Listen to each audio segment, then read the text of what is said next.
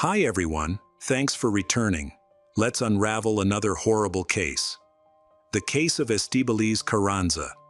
Estibaliz was born in September 1978 in Guadalajara, Mexico.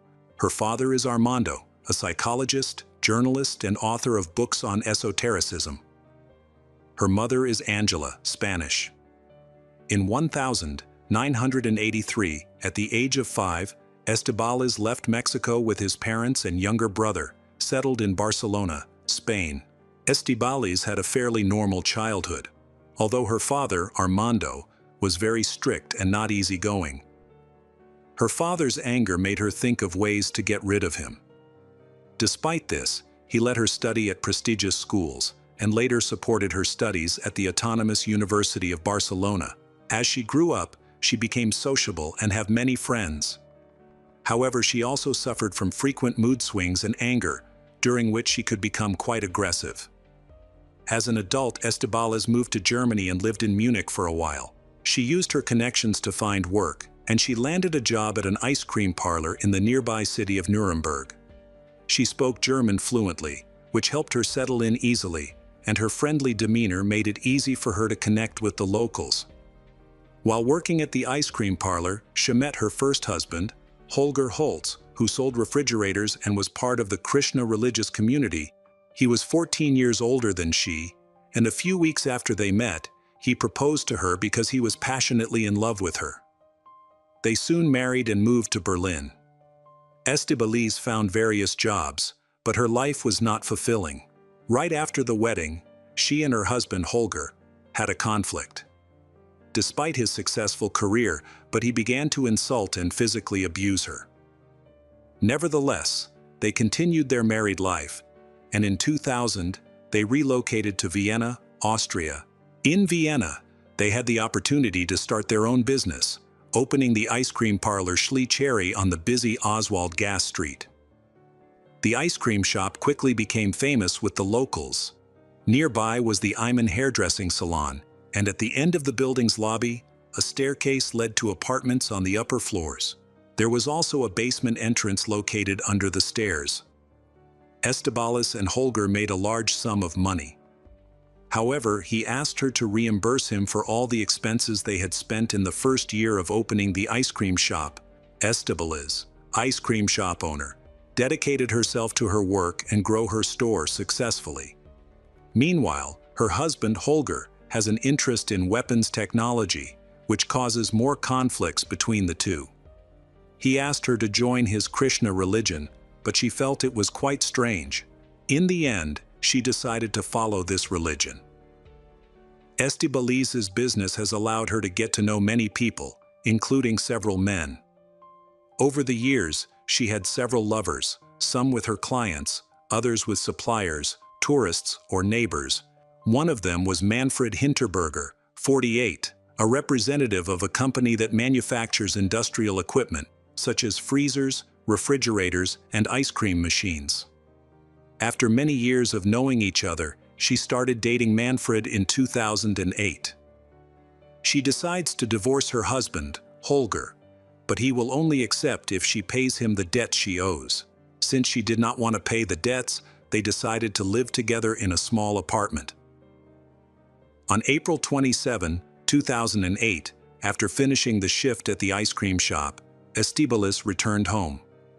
Then, she had a heated argument with Holger, during which he hurled insults at her and accused her of cheating throughout their marriage. In a moment of anger, he threatened to take drastic action.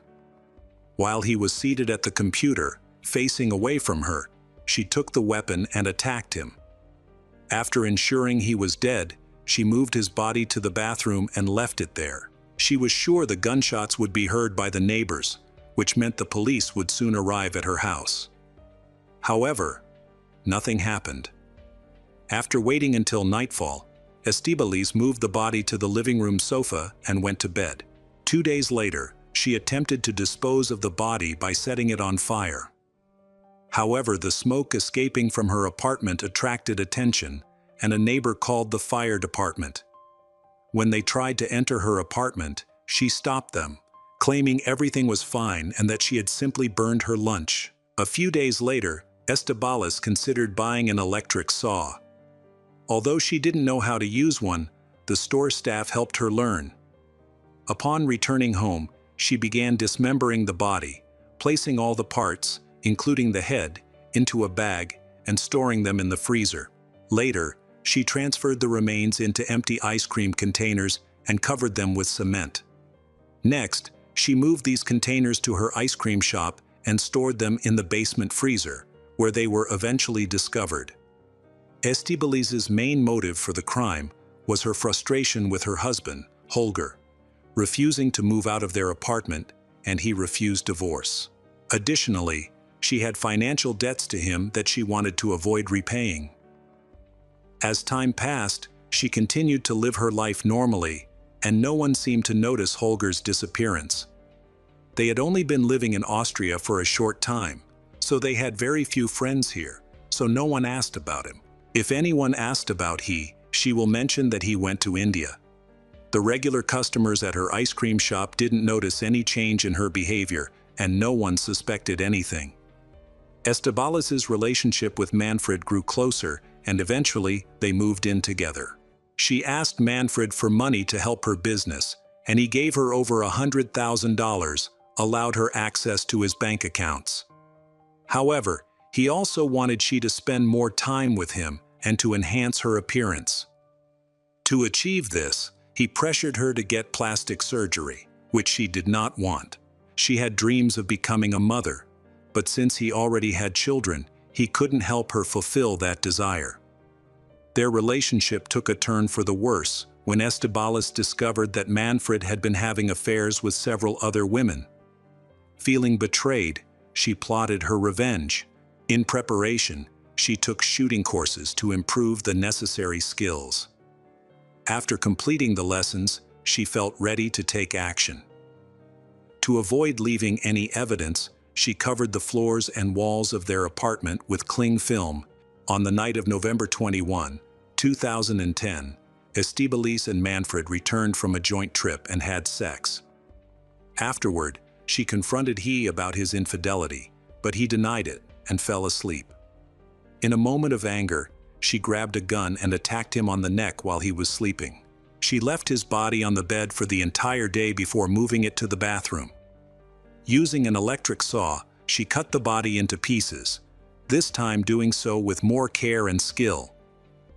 Estibaliz couldn't find any cement, so she decided to store the body parts in a refrigeration unit in the basement.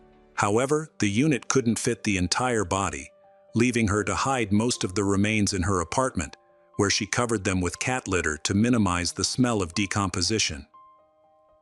After taking care of this, she continued with her daily routine. Meanwhile, Manfred's relatives began to ask about his whereabouts. Estibaliz told them that he had left for Thailand. They believed her story and stopped asking further questions. Shortly after, Estibaliz met Ronald, an Austrian man. He became her lover and the father of her unborn child. It seemed like her life was getting better. After all, she had managed to evade the consequences of her previous actions. Who would suspect that this charming and friendly woman, known by everyone as kind-hearted, was capable of such deeds? One day, workers repairing the building next to the Estibaliz ice cream shop entered its basement to access the sewer and discovered a damaged pipe. The building's common drainage system is located in the storage rooms, which are separate small basements used for storage. As they entered the basement, they smelled rottenness mixed with cat litter deodorant, which piqued their curiosity. They traced the odor to two large freezers that appeared to have been abandoned for a long time. When they opened the freezers, they were shocked to find containers filled with cement. Inside one freezer, they saw a hand and a leg, in the other, a head. They also discovered two rifles with optical sights, a woman's handbag containing a pistol, a beret, and a notebook with notes in Spanish. Terrified, they quickly left the basement. They informed the hairdresser next door about the discovery, urging her to call the police. When the police arrived, they searched the basement and found the remains of two dismembered bodies. One was in several pieces, while the other was just a severed head, all encased in cement-filled containers. The remains were sent to the forensic medical examination in Vienna. During the initial investigation, authorities were unable to determine who owned the basement. This was because the basement had not been used for a long time, and no other suspicious items were discovered. Investigators began to analyze the evidence they had collected. The next day, after the police arrived at the crime scene, Estebalas came to work. A neighbor informed her about the discovery in the building's basement and mentioned that the police had started an investigation. This news made her extremely worried, forcing her to quickly return home. She locked the ice cream shop and put up a temporarily closed sign. As she left, her face betrayed her nervousness, looking very different from her usual demeanor. Naturally, her worried expression caught the attention of nearby residents, who began to mock her as she crossed the street towards the bus stop. They saw her take out her phone to make a call before getting into a taxi. Then, she went to the bank, withdrew all her money, and then purchased a plane ticket to Paris. However, she was never able to use this ticket. Austrian police were waiting for her at the airport. They were aware of the ticket she had purchased, but realized she had not checked in for her flight. Police issued a warrant for her arrest on Wednesday, June 8, 2011, after a search warrant was issued. Investigators believe the containers found in the basement belonged to her ice cream shop, but locating her became difficult since she had stopped using her mobile phone. Meanwhile, she remained in Vienna, took another taxi, and asked the driver to take her to northern Italy. She then traveled to the mountains and reached Basu, from where she continued on for another 6 kilometers to Talimadsu, where she decided to stay in a hotel for a few days. Before arriving, she asked the taxi driver to book a room for her because she couldn't do it herself. Later, the taxi driver saw her picture in the news and informed the police that he had driven her there. Unfortunately, by that time, it was already too late.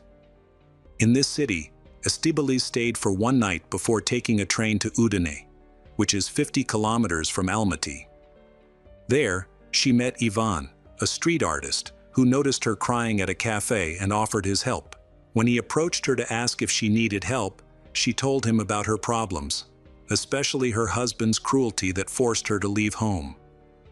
Ivan invited her to stay in his apartment for a few days. She agreed, and he offered her the couch while he slept in his bed. During her stay, Estebalas helped Ivan with cleaning, shopping, and cooking, and everything seemed fine, until he discovered her identity through a newspaper article. This revelation shocked and frightened him. He asked her to leave immediately, admitting that he knew she was evading the law. She denied his accusations. He then went to the nearest police station to inform them that Estebalas, a woman wanted by the authorities, was in his home. Ivan was surprised to find Estebalas waiting for the police at his house. She did not resist arrest. She was taken into custody as the primary suspect in several murders. She was arrested on June 10, 2011, at 7:30 a.m. in Udine, Italy. After her arrest, Estebalas was taken to the police station for questioning, where she confessed to 2 murders, one in 2008 and another in 2010. She used the same methods for both crimes, but claimed that the second murder was executed more skillfully. Meanwhile, Austrian authorities quickly requested her extradition, while in Italy, forensic experts identified the second victim as Manfred Hinterberger. During her interrogation, she attempted to justify her actions, saying that both men, Holger and Manfred, had subjected her to violence and cruelty. She felt very angry about the way they treated her. She described the murders as a response to the physical and psychological abuse she had suffered. Estebalas admitted that she had attacked Holger and Manfred on the head, then used an electric saw. She told investigators that she killed the first man, Holger, to improve her skills. She took shooting lessons and take a course on how to work with cement to prepare for the second murder, Manfred. At the time of her arrest in Italy, she was pregnant with Ronald's child, and during a medical examination, it was revealed that she was 2 months along. 14 days after her arrest, on June 24, 2011, Estibalis was extradited by an Austrian court and detained on suspicion of involvement in 2 murders. Her lawyer argued that although police testimony is considered legal evidence under Italian law, Austrian law is very different. He asked that it not be admitted as evidence in her case. He said he planned to sue several Austrian tabloids for making the accusations against her. Estibalis was arrested and held in a prison in Vienna until January 11, 2012, when she was taken to the hospital to give birth. After her son was born, he was immediately given to his father. From the start of the trial, Estibalis admitted her guilt, while the prosecution and psychiatrists portrayed her as a ruthless, manipulative, and selfish individual. Despite being educated and fluent in 3 languages, she committed extreme acts for her own benefit. The defense argued that Estibalis was a victim of her own emotions. They claimed she was under the influence of illegal drugs and prescribed medications, stating she took 5 different drugs 3 times a day, including antidepressants and treatments for schizophrenia. However, evidence showed that her actions were intentional. She testified that Manfred pressured her to undergo numerous cosmetic surgeries, including nose jobs and Botox, and forced her to exercise constantly to maintain her figure, despite her long 12-hour shifts at the ice cream parlor. Estibalis alleged that people mocked her, which became unbearable for her, and ultimately led to her decision to kill Manfred. The psychiatrist explained that she simply didn't know how to reject men who made her unhappy. She resorted to an extreme solution. She believed the easiest way to deal with men who were no longer needed was to kill them. Whenever men brought her trouble or ridiculed her, she concluded that killing them was the best option. On November 22, 2012, Estibalis Carranza was found guilty of murdering Holger Holtz in 2008 and Manfred Hinterberger in 2010. She was sentenced to life imprisonment in a facility for the criminally insane. Along with her attorneys, she appealed the decision, but the sentence was upheld by the Higher Regional Court of Vienna on March 20, 2013. In November 2017, it was announced that Estibalis would be transferred from a women's prison in Lower Austria to a prison in the market town of Upper Austria. She was diagnosed with a serious personality disorder. She exhibited abnormal behavior and had a mindset akin to a princess seeking rescue from a prince, longing for a fictional world where she was the center of attention. At the time of her crime, Estibalis was mentally stable, as she was not under the influence of drugs and was fully aware of her actions. Psychiatrists expressed concern that she might commit serious crimes again after her release. During a psychiatric evaluation, she stated, "Some part of her brain is red, and when it activates, she can't control myself." Welcome back, detectives. Let's dive into another horrible case. The case of Larry Holman. A small town, Festus, Missouri, USA, with a population of about 10,000, is a religious community. Almost all the local residents are people of faith, very calm and friendly people. It is a quiet place where everyone knows each other very well and keeps in touch. However, sometimes it is in such quiet towns that serious crimes occur. On November 21, 2000, the local police department received a call from a witness. She reported hearing gunshots near a factory and saw a suspicious vehicle, but she was too afraid to approach it. She believed that the man in the vehicle was injured. The police quickly went to the reported location. A few hundred meters away, they spotted a pickup truck in a field. From a distance, it looked like the truck had a problem because the hazard lights were flashing. As the officers got closer, they noticed the windshield was broken and a man slumped over the wheel. He showed no signs of life, and his foot was still on the brake pedal. On the floor, there was an unfinished soda can, which likely fell out of the man's hand after he was murdered. There was a large hole in his skull from a bullet that had penetrated and even broken the windshield. It appeared that the murder had occurred just minutes earlier. as the blood was still fresh and running down the floor of the truck. The officers quickly checked and found the victim's face was severely disfigured. Police officer Randy, who arrived at the scene of the crime. Randy said he had worked with the victim before, and the victim was Larry Holman. He also knew Larry's wife Tammy and their 2 children. When Randy called, he did not tell Tammy that her husband was dead, so she initially thought Larry was just injured and had come to the scene. When she realized he was dead, she collapsed with grief and began to cry. Larry and Tammy met at church. Although she was much younger, Larry fell deeply in love with her and pursued her. At the time, Tammy was 16 years old, and Larry was 28.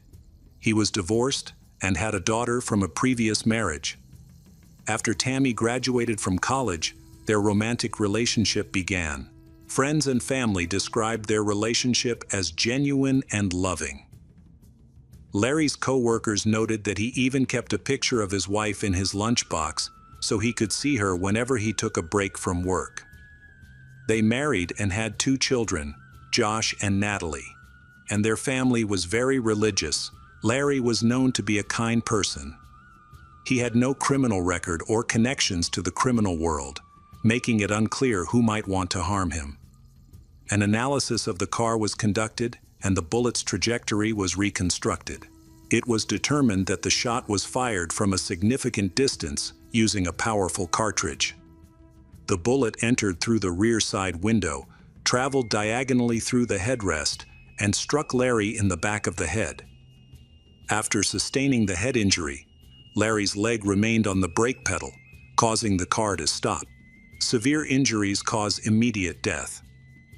It was assumed that an unfortunate hunter had done it by accident. However, further investigation revealed that the shot did not come from the woods, raising questions about the vehicle's movement. Although the braking distance was determined, it was unclear whether Larry stopped before or after he was injured. Additionally, the first officers on the scene noted that the car's headlights were off, suggesting that the vehicle could not have been moving when the injury occurred. They later confirmed that Larry may have parked near the factory, and the murder was intentional. Officer Randy believed that Larry was the target of a planned attack, but the other officers were not supportive of the idea because the area was safe and had never had a similar incident before. In fact, there had been no murders in decades, making it hard to believe that anyone would harm a good man like Larry. The investigation began by interviewing everyone who knew the Larrys, starting with neighbors and relatives. The neighbor who lived across the street from Larry said he had seen Larry at church just before the murders, and that they had both attended church services. The neighbor had heard that Larry was going through a hard time and had quit his job. The neighbor noticed that Larry seemed nervous, but Larry brushed off any concerns with jokes. The neighbor reported an incident when he and Larry were hunting in the woods. At some point, Larry and the neighbor became separated in the woods. Moments later, Larry called his neighbor and reported that he was injured and gave his coordinates. The neighbor quickly ran to help him. As he walked through the woods, he noticed a stranger wearing camouflage walking in the opposite direction. In Missouri, hunters are required to wear camouflage when hunting with a firearm, so this did not seem unusual. When the neighbor found Larry, he discovered that Larry was okay, as the bullet only grazed his head by a few inches. The neighbor concluded that the hunter was inexperienced and did not know how to use a gun properly. Larry later said he did not see the shooter, suggesting that the shooting may have been accidental. There were many people out hunting at the time. It is not uncommon for a hunter to mistakenly identify another person as prey, resulting in injury or even death each year. However, Randy believes the shooting was not an accident. Unfortunately, Larry's neighbor was unable to provide a detailed description of the hunter he encountered. Police then interviewed the woman, named Helen, who called the police to report the incident. Police spoke to her to see if she had noticed anything unusual on the day of the murder. According to Helene, just before she called the police, a car had pulled up near her house. A man got out, dressed in camouflage, pulled out a large shotgun and walked along the railroad tracks toward the woods. He did not cross the tracks, however, which was odd, since hunters usually walk straight into the woods. Helen said that she had no idea what had happened afterward. Police investigated Larry's background in the hope of finding clues to the killer. However, they discovered that he was a calm man with no criminal record and a devoted husband. He had worked at the factory for many years, but had recently decided to quit and was looking for work. Everyone who knew Larry described him as a good person who would never be involved in any crime. The community was small and tight-knit, which added to their concerns. The motive behind the crime is unclear, leaving locals fearing that a madman may have committed the crime and is on the loose. Public pressure mounted on the police to quickly apprehend the suspect. Meanwhile, rumors began to spread throughout the city. Many of the rumors cast a negative light on Larry's wife, Tammy. They said she was too young for Larry. They pointed out that she wore revealing clothes behind her husband's back and frequently visited nightclubs and bars while he was at work. Strange cars were also seen near her home at night. However, there were reports that Tammy spent time with her children and seemed to be a good wife. But rumors began to spread that she was cheating on her husband and that her lovers were visiting her frequently. Therefore, all the young people who visited Tammy while Larry was away became suspects. If she was indeed unfaithful, any of her lovers could have had a motive for the attack. A neighbor gave the police important information. She said that her children were playing with Tammy's children.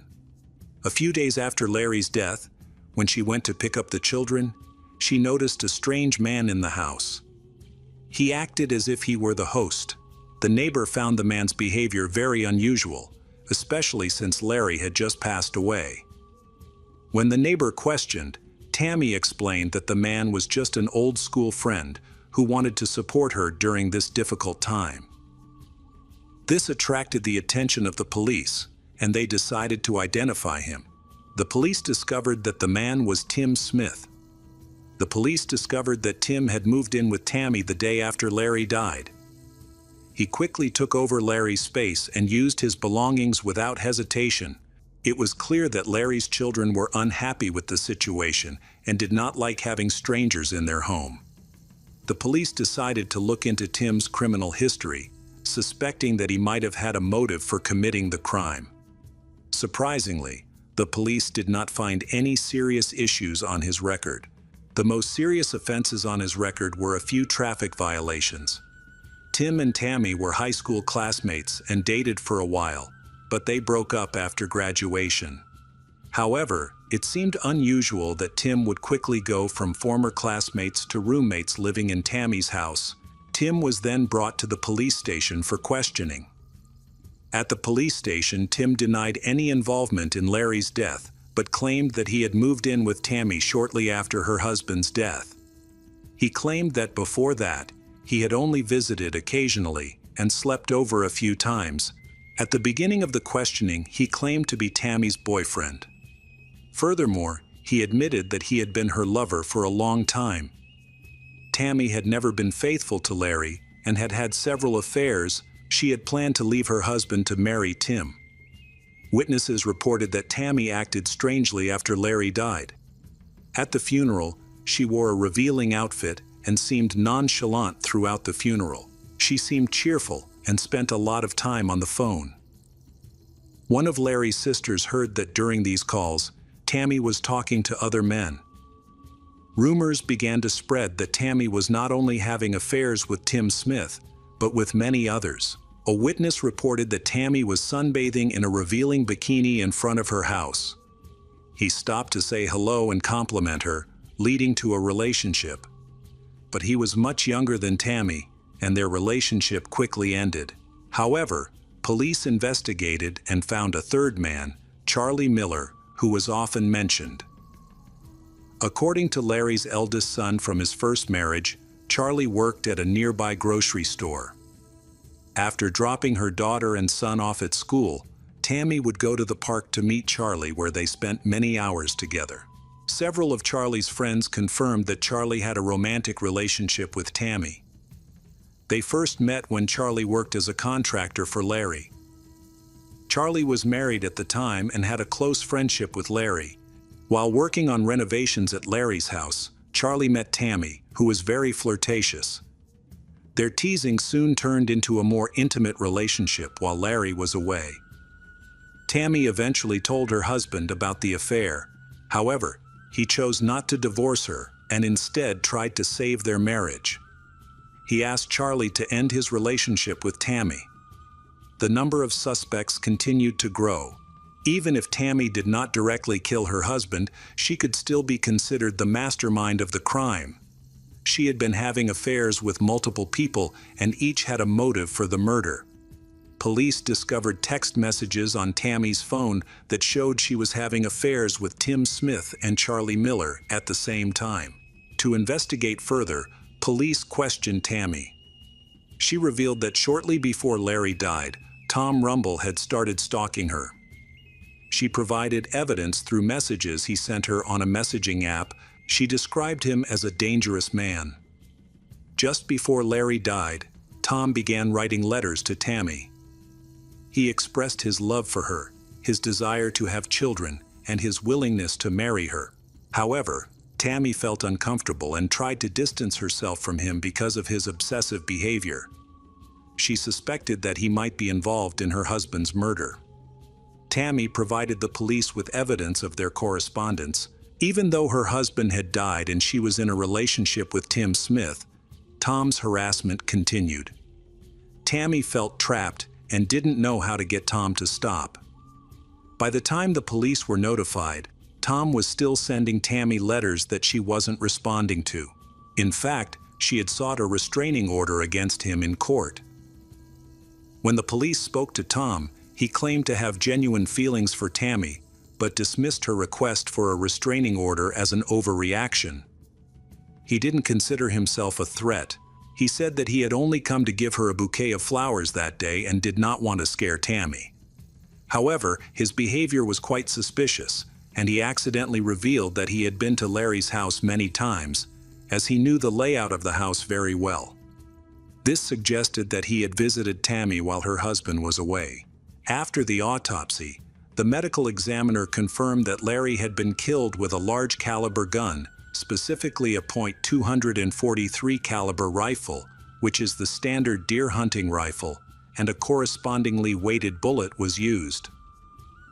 As police continued their investigation, they discovered that shortly before the murder, Charlie, who was working as a contractor at the time, had talked to Larry about hunting. During a subsequent visit, Charlie showed Larry his .243 caliber rifle. Police specifically noted that Larry was killed with a .243 caliber rifle, which was associated with Charlie Miller. Additionally, an anonymous informant told police that Tammy's boyfriend owned a .243 caliber rifle. Charlie's gun was taken for testing. Fortunately, the police found a bullet near Larry's car that matched the gun. In Larry's death, a love triangle was involved. The police learned that Charlie and Larry had been close friends for a long time. Police suspected Charlie of the murder because he owned a car that matched the description of a woman who lived near the railroad tracks. Although she did not speak directly to the driver, she saw him clearly. When shown a photo, she was able to identify Charlie. After examining Charlie's weapon, the police confirmed that Larry had been killed with Charlie's rifle. On January 9, 2001, the police went to Charlie's house to arrest him and inform him of his rights. Charlie later confessed to killing Larry. He was arrested and taken to the police station. Tim Smith and Tom Rumble were cleared of any involvement in the murder. After his arrest, he testified that he drove to the house where Tammy lived near the railroad tracks, got his rifle and wore camouflage that day. He then walked along the tracks, retracing the route he had taken through the woods and fields that morning. The only question that remains is how did he know where Larry would be at that time? Charlie confessed that Tammy had been urging him to take action. She expressed her suffering due to her husband's cruelty, and Charlie felt compelled to rescue her from this oppressive situation. This was not the first time Charlie had targeted Larry. During a hunting trip in the forest, he had previously fired a shot that narrowly missed Larry's head. It was evident that this was intentional, as Tammy had informed Charlie about her husband's whereabouts, making it easy for him to find Larry in the woods. After this initial attempt, Tammy spoke with Charlie, who tried to convince her to leave Larry and be with him instead. Despite this conversation, she continued to provoke Charlie, believing that a second attempt on Larry's life would succeed, especially with Larry's upcoming marriage putting pressure on Charlie, who was also a close friend of Larry. Why didn't Tammy divorce her husband if she wasn't happy in her marriage? The answer is simple. She and Charlie didn't want a divorce because they wanted to avoid dividing assets and child custody. Additionally, they were motivated by the prospect of benefiting from Larry's life insurance policy. Just before these events, Larry had purchased $1 million insurance policy. Tammy saw this as a great opportunity, but then she found out that it wasn't a life insurance policy, but an employer protection policy. Therefore, Tammy could only claim $150,000. Now that Tammy is under interrogation, she firmly maintains that she did not kill her husband and had nothing to do with his death. She begins to blame Charlie for everything, believing that her lover had developed strong feelings for her due to their brief relationship. She believes that Charlie sees Larry as the only obstacle to their happiness, so he decides to get rid of Larry. Charlie had a clear motive for the murder. During his trial, Charlie Miller, 49, pleaded guilty again to the murder. He argued that he was in emotional distress and was on medication at the time of the crime, which affected his understanding of his actions. As part of a plea agreement, Charlie was sentenced to 25 years in prison and is scheduled to be released in 2028. Throughout the trial, Tammy denied any involvement in the crimes. Her attorney continued to support her testimony. The prosecutor's office presented evidence, including numerous phone calls and text messages involving Charlie. Based on this evidence, it was shown that Tammy was a deceitful and cunning criminal who manipulated multiple men at once. The prosecution presented indirect evidence of her involvement through various telephone conversations that took place on the day of the murder. She was in frequent contact with Charlie, who also implicating her while discussing the execution of the order. However, the prosecutor's chances of winning at trial were uncertain. As a result, the prosecution proposed a deal to Tammy.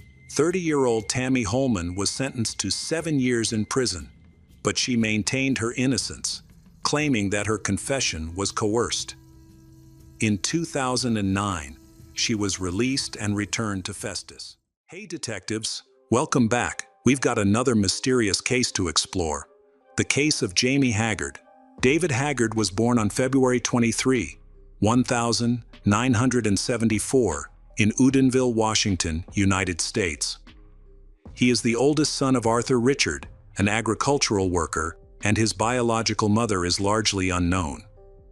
When he was 15, Arthur had 2 more children with another wife, daughters Stephanie and Jamie Haggard. Jamie, the youngest, was born on December 2, 1980, in King County, Washington. She was cherished and spoiled by her father, Arthur. He sought to fulfill her every wish from the moment she was born. Jamie and Stephanie grew up very close. They often dressed alike and did activities together, making them look like twin sisters, due to their small age difference. Jamie loved spending holidays by the water, whether at the sea or a nearby lake, and frequently asked Arthur to take them to Poplavino when the opportunity arose. David's life as the oldest child was far from peaceful and happy, unlike his father's and younger sister's lives. He moved to California, where he had to adapt to a new family that he barely knew. Feeling lonely and lacking parental affection, he turned to illegal substances in his teenage years. This marked the beginning of his downward spiral. He started with minor offenses, but things escalated. One day, David took a car without the owner's permission and was arrested for theft. He was released afterward but did not learn from this experience and continued to engage in criminal behavior. Soon after, he was arrested twice for possessing illegal substances. His last arrest in 2005 resulted in a 2-year prison sentence, but he was paroled after a year due to his youth. The state decided to grant him a chance to clear his record on the condition that he remain offense-free for 5 years. If successful, he could have his 3 felony convictions in California erased, leaving him with a clean record. After all the incidents, he returned to Washington. Meanwhile, Jamie is entering her teenage years, and this has brought many changes for her. She became more independent and no longer looked up to her older sister Stephanie. She has big ambitions and sets high goals for the future. After graduating from high school, she dreamed of becoming a doctor. Ultimately, she chose to become a physician assistant. During this time, she met a young man named Jake, who came from Wooden Villa. They quickly became close, and their friendship gradually developed into love. In 2008, at just 19 years old, Jamie gave birth to twin girls, whom she named Dylan and Madison Rose. However, Jake and Jamie's relationship faced many challenges, and they split up shortly after their daughters were born. Despite the breakup, they maintained a friendly relationship and communicated regularly for the sake of their daughters, sharing custody without any issues. Jamie also successfully completed his studies and got a steady job at a medical center. David still had trouble during this time. He started using illegal drugs again, and his behavior became erratic and aggressive. As a result, he was arrested for public disorder conduct. Fortunately for David, at his hearing, he reached a plea deal with the prosecutor. The court decided to defer his sentencing again and placed him on probation, requiring him to undergo regular alcohol testing. He attended an anger management workshop and pledged not to repeat his illegal behavior in the future. Since his sentence was suspended, but not vacated, this means his previous crimes will still be on his record. Meanwhile, Jamie began a new relationship. Although her family didn't know much about the man she was dating, she called him her fiancé. Unfortunately, the relationship didn't go as she had hoped, and the romantic phase ended, leaving Jamie feeling upset. Seeking support, she decided to move in with a friend, which meant her children, the twins, stayed with their father, Jake. However, Jamie still made an effort to spend as much time as possible with her children to make up for her absence. David continued to engage in illegal activities. In 2016, he got into a fight with a friend over a car. Fueled by anger, he broke into his friend's house, where he stole several items, including a toaster and a refrigerator. Given his criminal background, he wanted to avoid being caught, so he set the house on fire. Initially, investigators couldn't determine the cause of the fire, but they discovered a crowbar at the entrance, suggesting that someone had forcibly entered the home. A few months later, in March, Jamie found a new place to live. She rented a house in Canmar, a small town on the shore of North Lake, Washington, just a 15-minute drive from Wooden Villa. David, who was homeless but still in touch with his family, approached Jamie. She kindly invited David, her half-brother, to stay with her for a few days. However, whether out of manipulation or convenience, David ended up moving in permanently. At first, his stay with she seemed to cause no inconvenience. Sharing the rent with him made her feel like she had gotten through a difficult period in her life. As time went on, the differences between Jamie and her half-brother David became more noticeable. She started to dislike his personality and habits, but they did share one common issue: both were using illegal drugs. To support her addiction, Jamie began stealing pills from her job at a local hospital to sell. Meanwhile, David began a relationship with a girl named Carly Scher, who frequently visited and sometimes stayed for long periods, which annoyed Jamie. Additionally, David also befriends a young man named Jason. Then, he invited Jason to move in with them, which upset Jamie. She didn't like Jason, so she treated him badly. She felt uncomfortable in her own home, and her relationship with David became increasingly strained. They argued frequently, and many of the arguments stemmed from David bringing Jason to live with them. The noise from David's parties even led neighbors to call the police on occasion. Whenever Jamie tried to address the situation, David reacted with anger and threatened violence. Over time, Jamie fell into depression. Her father, Arthur, who she often spoke with on the phone, noticed something was off with her, although she never shared the details of her troubled relationship with David. But Arthur could see she having problems. However, even if she had confided in Arthur, it likely wouldn't have changed anything, as their family viewed David as a kind and caring person. Jamie visited her friends and shared her feelings of fear and sadness. She confided that she was afraid of her half-brother David, particularly because of his violent behavior, and she lived in constant worry that he might attack her at night. On July 5, 2016, David stole a forklift from a construction site and used it to take equipment from there. After committing the theft, he set the vehicle on fire to cover his tracks. He was not alone. His accomplice, Carly, was with him. Additionally, he had taken over Jamie's house without her consent. He wanted to make changes that she did not approve of, leading to more arguments between them. During one heated argument, David violently struck Jamie, hitting her in the face and stomach, and demanded that she leave. Jason, a friend of David's who was present, did nothing to intervene and simply watched. Jamie left and spent the night at a friend's house. Afterward, he told Jason that Jamie was a burden and suggested that he should kill her. The next day, she returns home, which makes he feel even more disgusted, as he assumes he is the owner of the house.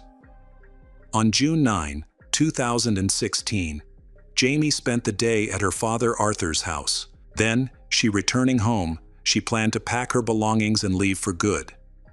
However, when she got home, she found her brother David with Carly. As soon as Carly saw Carly left the house, leaving her and he at home together. He, still angry, confronted which led to a heated argument. The situation became tense and led to a fight, as a result of which he overpowered and killed her.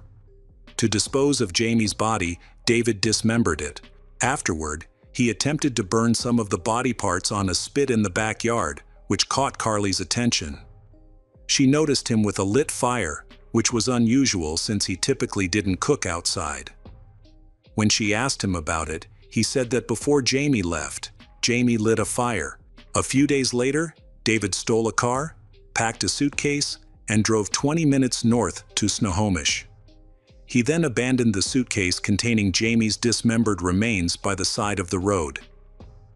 As days went by without any news of Jamie, his daughter, Arthur grew increasingly worried, especially when David drove to his house to ask if he had heard anything about Jamie.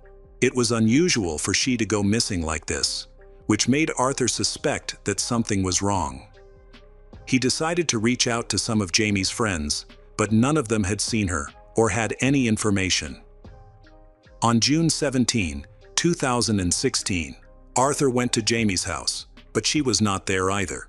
In his desperation, he called over a police officer and reported his youngest daughter, Jamie, as missing. Almost a week after the crime occurred, David sent a message to Stephanie from an unknown number, pretending to be Jamie. His intention was to prevent her family from worrying, but this plan did not work well. Meanwhile, the police were already investigating and looking into bank transactions. They were suspicious because there hadn't been any activity taking place on Jamie's bank account or credit card. Meanwhile, Arthur focused on seeking help through social media, hoping someone would provide information about his daughter's whereabouts. 1 month after Jamie went missing, early in the morning, investigators went to David's home to execute a search warrant. This area quickly had many police officers appearing. David and Jason were questioned, but investigators found nothing suspicious about their statements or actions. Many witnesses were interviewed, and they all confirmed that Jamie and David had a troubled relationship. Additionally, Their house is often active at night, which causes more concern. For hours, investigators searched the backyard hoping to find clues, but they found nothing. For Arthur, it was a relief that no body was discovered in the yard. He and the other family members still held hope that Jamie was alive. Meanwhile, David pretended to be concerned and helped with the search.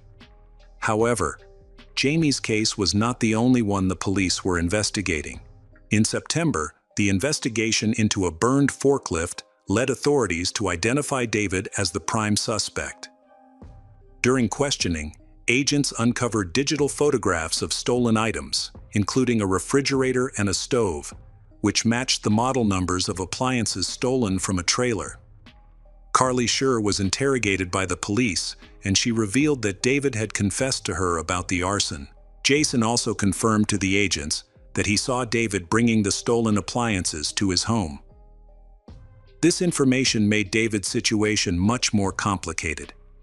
He ultimately had no choice but to admit his guilt, leading to his arrest. David was then sentenced to 10 years and 2 months in prison for arson and second-degree burglary. A year after Jamie went missing, police received an anonymous tip suggesting they search around Jamie's house again. Investigators believed someone must have information about the case, so they quickly followed up on the tip. However, after digging for most of the day, they found nothing.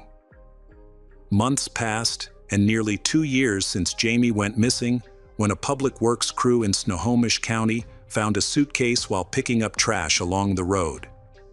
Inside the suitcase, wrapped in a red blanket, is the remains of a person. The workers immediately reported their discovery to the authorities. Detectives quickly determined that the person in the suitcase had been murdered. However, due to the advanced decomposition, it was challenging to identify the victim or confirm gender. The forensic team sent samples for lab testing, and after 2 months, it was confirmed that the remains belonged to Jamie Haggard. Evidence pointed to David as the main suspect. GPS data from a stolen car showed that he had driven near the location where Jamie's remains were found. Additionally, police discovered that the blanket used to wrap the remains belonged to Jason and had been stolen by David in an attempt to frame Jason. As a result, David was charged with murder. On Monday, October 28, 2019, David Haggard was charged with second-degree murder. The following day, a jury found him guilty, and his bail was set at $2 million. On Friday, December 5, 2019, David appeared in a King County courtroom for his sentencing hearing. Prosecutors asked for the maximum sentence of 22 years in prison. Meanwhile, the defense argued that the sentence should be lighter, stressing that David should not be punished so harshly. Throughout the trial, David maintained his innocence and claimed he was not the one who committed the crime. He criticized the justice system for punishing innocent people and expressed his love for his younger sister Jamie.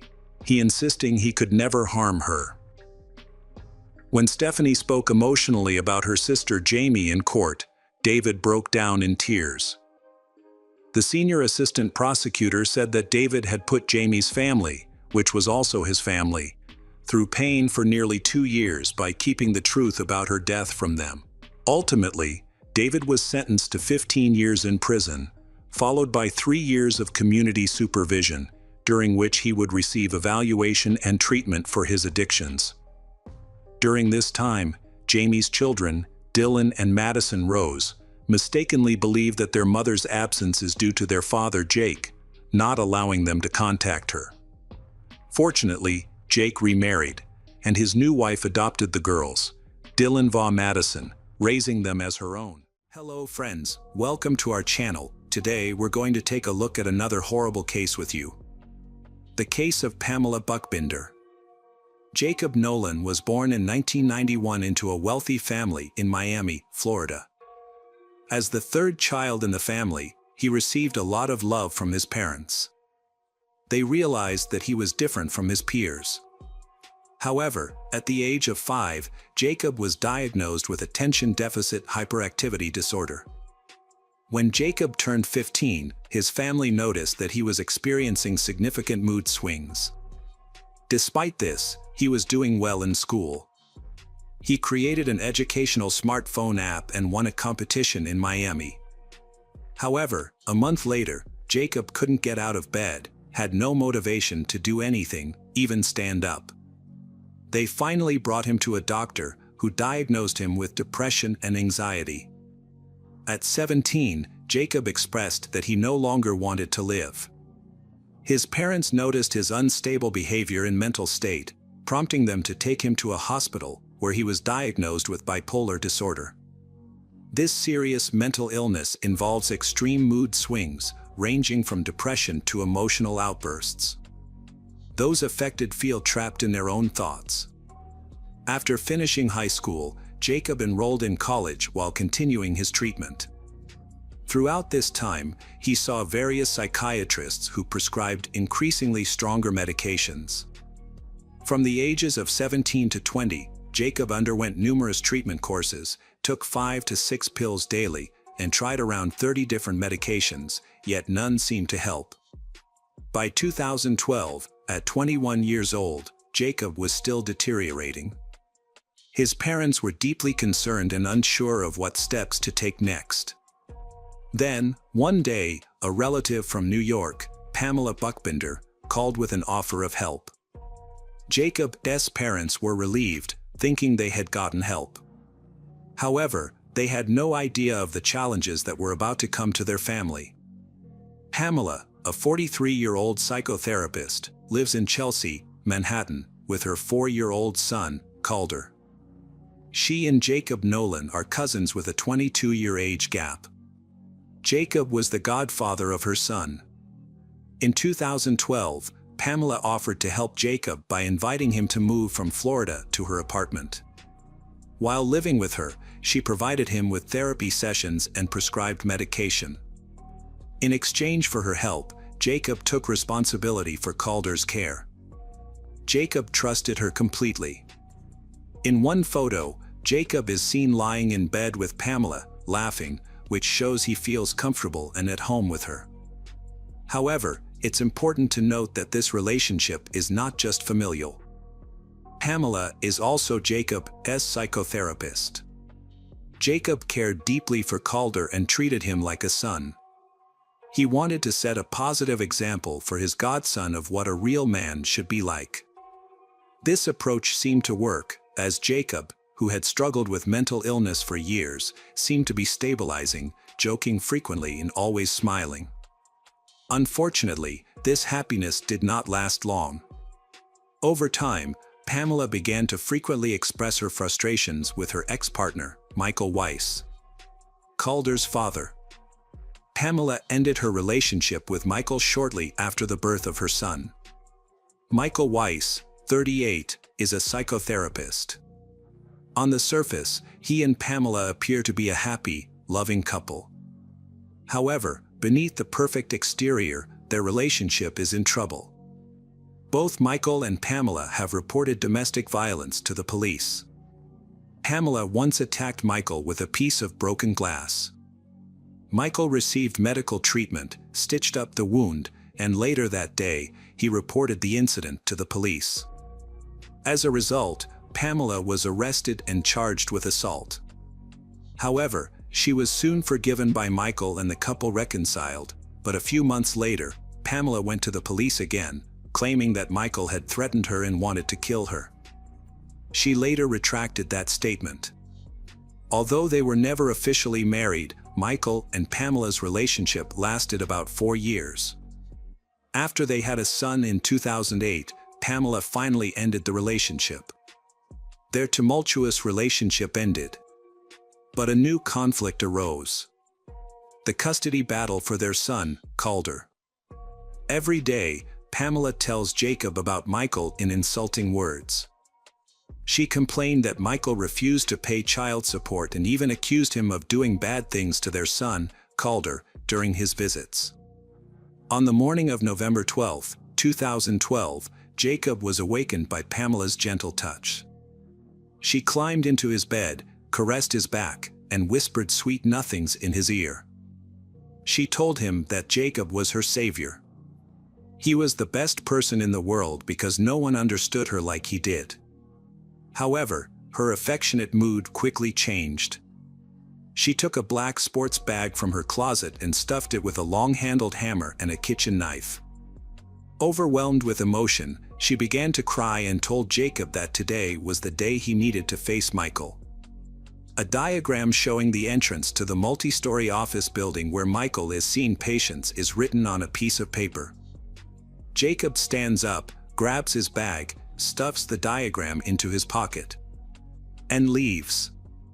Before leaving, he washes his face and declares, "Today is the day our lives will change for the better because Michael will be eliminated." Jacob arrived at the right high-rise in Manhattan. He circled the building, observing it from different angles. Entering through the service entrance, he checked in on the first floor, provided his real name, and mentioned he was going to the tutoring center. He was allowed inside. Jacob took the elevator to the 12th floor and made his way to Michael's office. He heard a patient inside and decided to wait in the hallway for the appointment to finish. Soon, the patient would exit, leaving Michael alone. While waiting, Jacob felt increasingly anxious. Doubts flooded his mind, making him question whether he was making the right decisions. At one point, he thought about abandoning everything and running home. However, the idea of returning to Pamela without completing her request and disappointing her was stronger than his fear. Jacob realized he had no choice but to continue. After the patient left, Jacob entered the office and informed Michael that Pamela had asked him to collect financial documents for the Calders kindergarten. As Michael searched for the documents, Jacob asked to use the restroom. In the restroom, Jacob took out a knife and hid it in his pocket, then retrieved a large hammer. He exited the bathroom and approached Michael, swinging the hammer at him. Thankfully, Michael reacted quickly, ducking just in time to avoid a serious injury, though the hammer struck his shoulder. Jacob then pulled out the knife, and a struggle ensued. Michael, being physically larger, quickly fought back. The people around heard Michael's cry for help. They mistakenly thought that the doctor was being attacked by an unstable mental patient. They quickly called 911 to report the incident. Before the police arrived, Jacob and Michael, feeling exhausted, sat down in the hallway. Jacob took out his phone and took a selfie, which he sent to Pamela along with a question about what he should do next. But he never received a reply. The situation made him feel very strange. The police and ambulance arrived shortly after. The injured men were rushed to the hospital for treatment. Fortunately, none of them had life-threatening injuries. Michael was treated and sent home the same day. Jacob's injuries were more serious and the doctors noted that he was unstable. Jacob was arrested in the hospital while he was receiving treatment. He sent a detailed message to Pamela about what had happened to him and Michael. Although she initially ignored his message, she eventually asked which hospital he was in. When Pamela arrived, she was not allowed to see Jacob, who was already handcuffed to the bed. Jacob spent 4 days in the hospital before being taken to a jail cell after his discharge. He was released on bail of $200,000 while awaiting trial. Jacob was permitted to fly from New York to his parents' home in Florida. Several weeks after the incident, Michael filed a lawsuit against Pamela, accusing her of conspiring to kill him. Michael argued that Pamela was dangerous and insisted that their son should live with him. He presented surveillance footage from a hardware store showing that the day before the attack, Pamela and Jacob had purchased a hammer together, and Pamela had paid in cash. Pamela denied any involvement, saying that she had only asked Jacob to retrieve some financial documents from Michael, but had not asked Jacob to attack. Although she admitted to giving Jacob a knife, she explained that it was to protect her son Calder, since Calder's daycare was on the first floor of the building where Michael worked. Shortly thereafter, the judge transferred custody of Calder to Michael Weiss, granting him full custody and banning Pamela from contacting her son for 5 years. A few months after the incident, Jacob accused Pamela of orchestrating the attack on Michael. He claimed that Pamela meticulously planned the attack and that she had instructed Jacob to approach Michael and hit him with a hammer. Jacob previously said that Pamela had been psychologically manipulating him. Pamela repeatedly told him that Michael was harming her son, but there was no evidence to support her claim. No one ever witnessed Michael harming Calder or saying anything negative to his son. In fact, relatives testified that Michael cared deeply for his son. Pamela was someone Jacob trusted completely and considered very close. Meanwhile, Jacob's parents were in despair. They fully supported their son and claimed that Pamela had brainwashed him using psychological techniques from her practice. In March 2016, Jacob Nolan's trial began. He claimed that Pamela had forced him to attack Michael Weiss. Prosecutors described Jacob as a spoiled child from a wealthy family, noting that he provided 3 inconsistent accounts of the event and appeared confused. When the police first arrived at Michael's office, Jacob pointed at Michael and accused him of attacking Jacob with a knife. However, during questioning, Jacob claimed that he had never used a hammer in Michael's office. He explained that he had brought the hammer for self-defense because he was afraid of Michael. In his third statement, Jacob said that Michael had attacked him first. Prosecutors presented a key piece of evidence regarding the motive behind the attack on Michael. Just before the attack, Michael had purchased a $1.5 million life insurance policy, naming his son Calder as the beneficiary. However, 3 days before the attack, on November 9, 2012, Michael had agreed to add Pamela as a co-beneficiary and allow her to manage Calder's money. Jacob claimed that this was the first time he had learned about the insurance policy and claimed that Pamela had never shared her financial affairs with him. During the trial, it was revealed that Jacob had purchased plastic zip ties from a hardware store in addition to the hammer found with Pamela. Jacob confirmed this and made a shocking admission. Pamela had asked him not only to kill Michael but also to ensure he suffered before dying. She described brutal acts that Jacob was supposed to carry out. Jacob refused to inflict such extreme cruelty. But he agreed to kill Michael. Jacob mentioned that Pamela initially wanted to create a homemade weapon using an air pistol, but when they got to the hardware store, they decided it would be easier and more effective to use a hammer instead. Jacob's attorney focused on proving that Jacob was insane. However, proving that he was insane is quite difficult. Currently, there is no test that can reveal a person's thoughts and feelings at the time of the crime. Evaluations are usually based on interviews, police reports, medical records, and sometimes social media messages. Often, 2 different psychiatrists can give conflicting opinions, which can confuse judges and juries. Although mental illness can affect emotions, thoughts, and behavior, throughout the trial, Jacob clearly understood his actions and admitted that they were wrong and bad. He did not appear insane in court.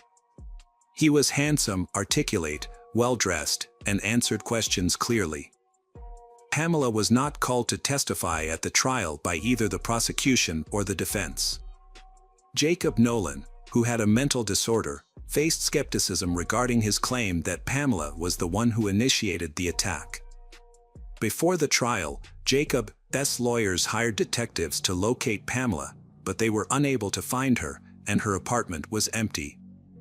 In March 2016, after a 2-week trial, 24-year-old Jacob Nolan was convicted of attempted murder and second-degree assault, receiving a sentence of 9.5 years in prison. Jacob was very upset about his sentence, stating, "It's unfair. I'm not a danger to society." His parents regretted their decision to send him to live with their Pamela, believing it was their biggest mistake. On October 19, 2017, nearly 5 years after Michael's attack, police located Pamela in Sullivan, New York. The Manhattan District Attorney charged her with conspiracy to murder Michael Weiss. At the time of Pamela's arrest, police found her passport and Calder's birth certificate. Pamela was arrested and maintained her innocence. She hired two of New York's top attorneys, who claimed that the video showing her doing laundry and the video of her buying the hammer had been edited. They claimed that Pamela was a highly educated psychotherapist and would never have considered organizing a murder. In the 5 years after Jacob's attack, Pamela lived a normal life. She worked and rented an apartment.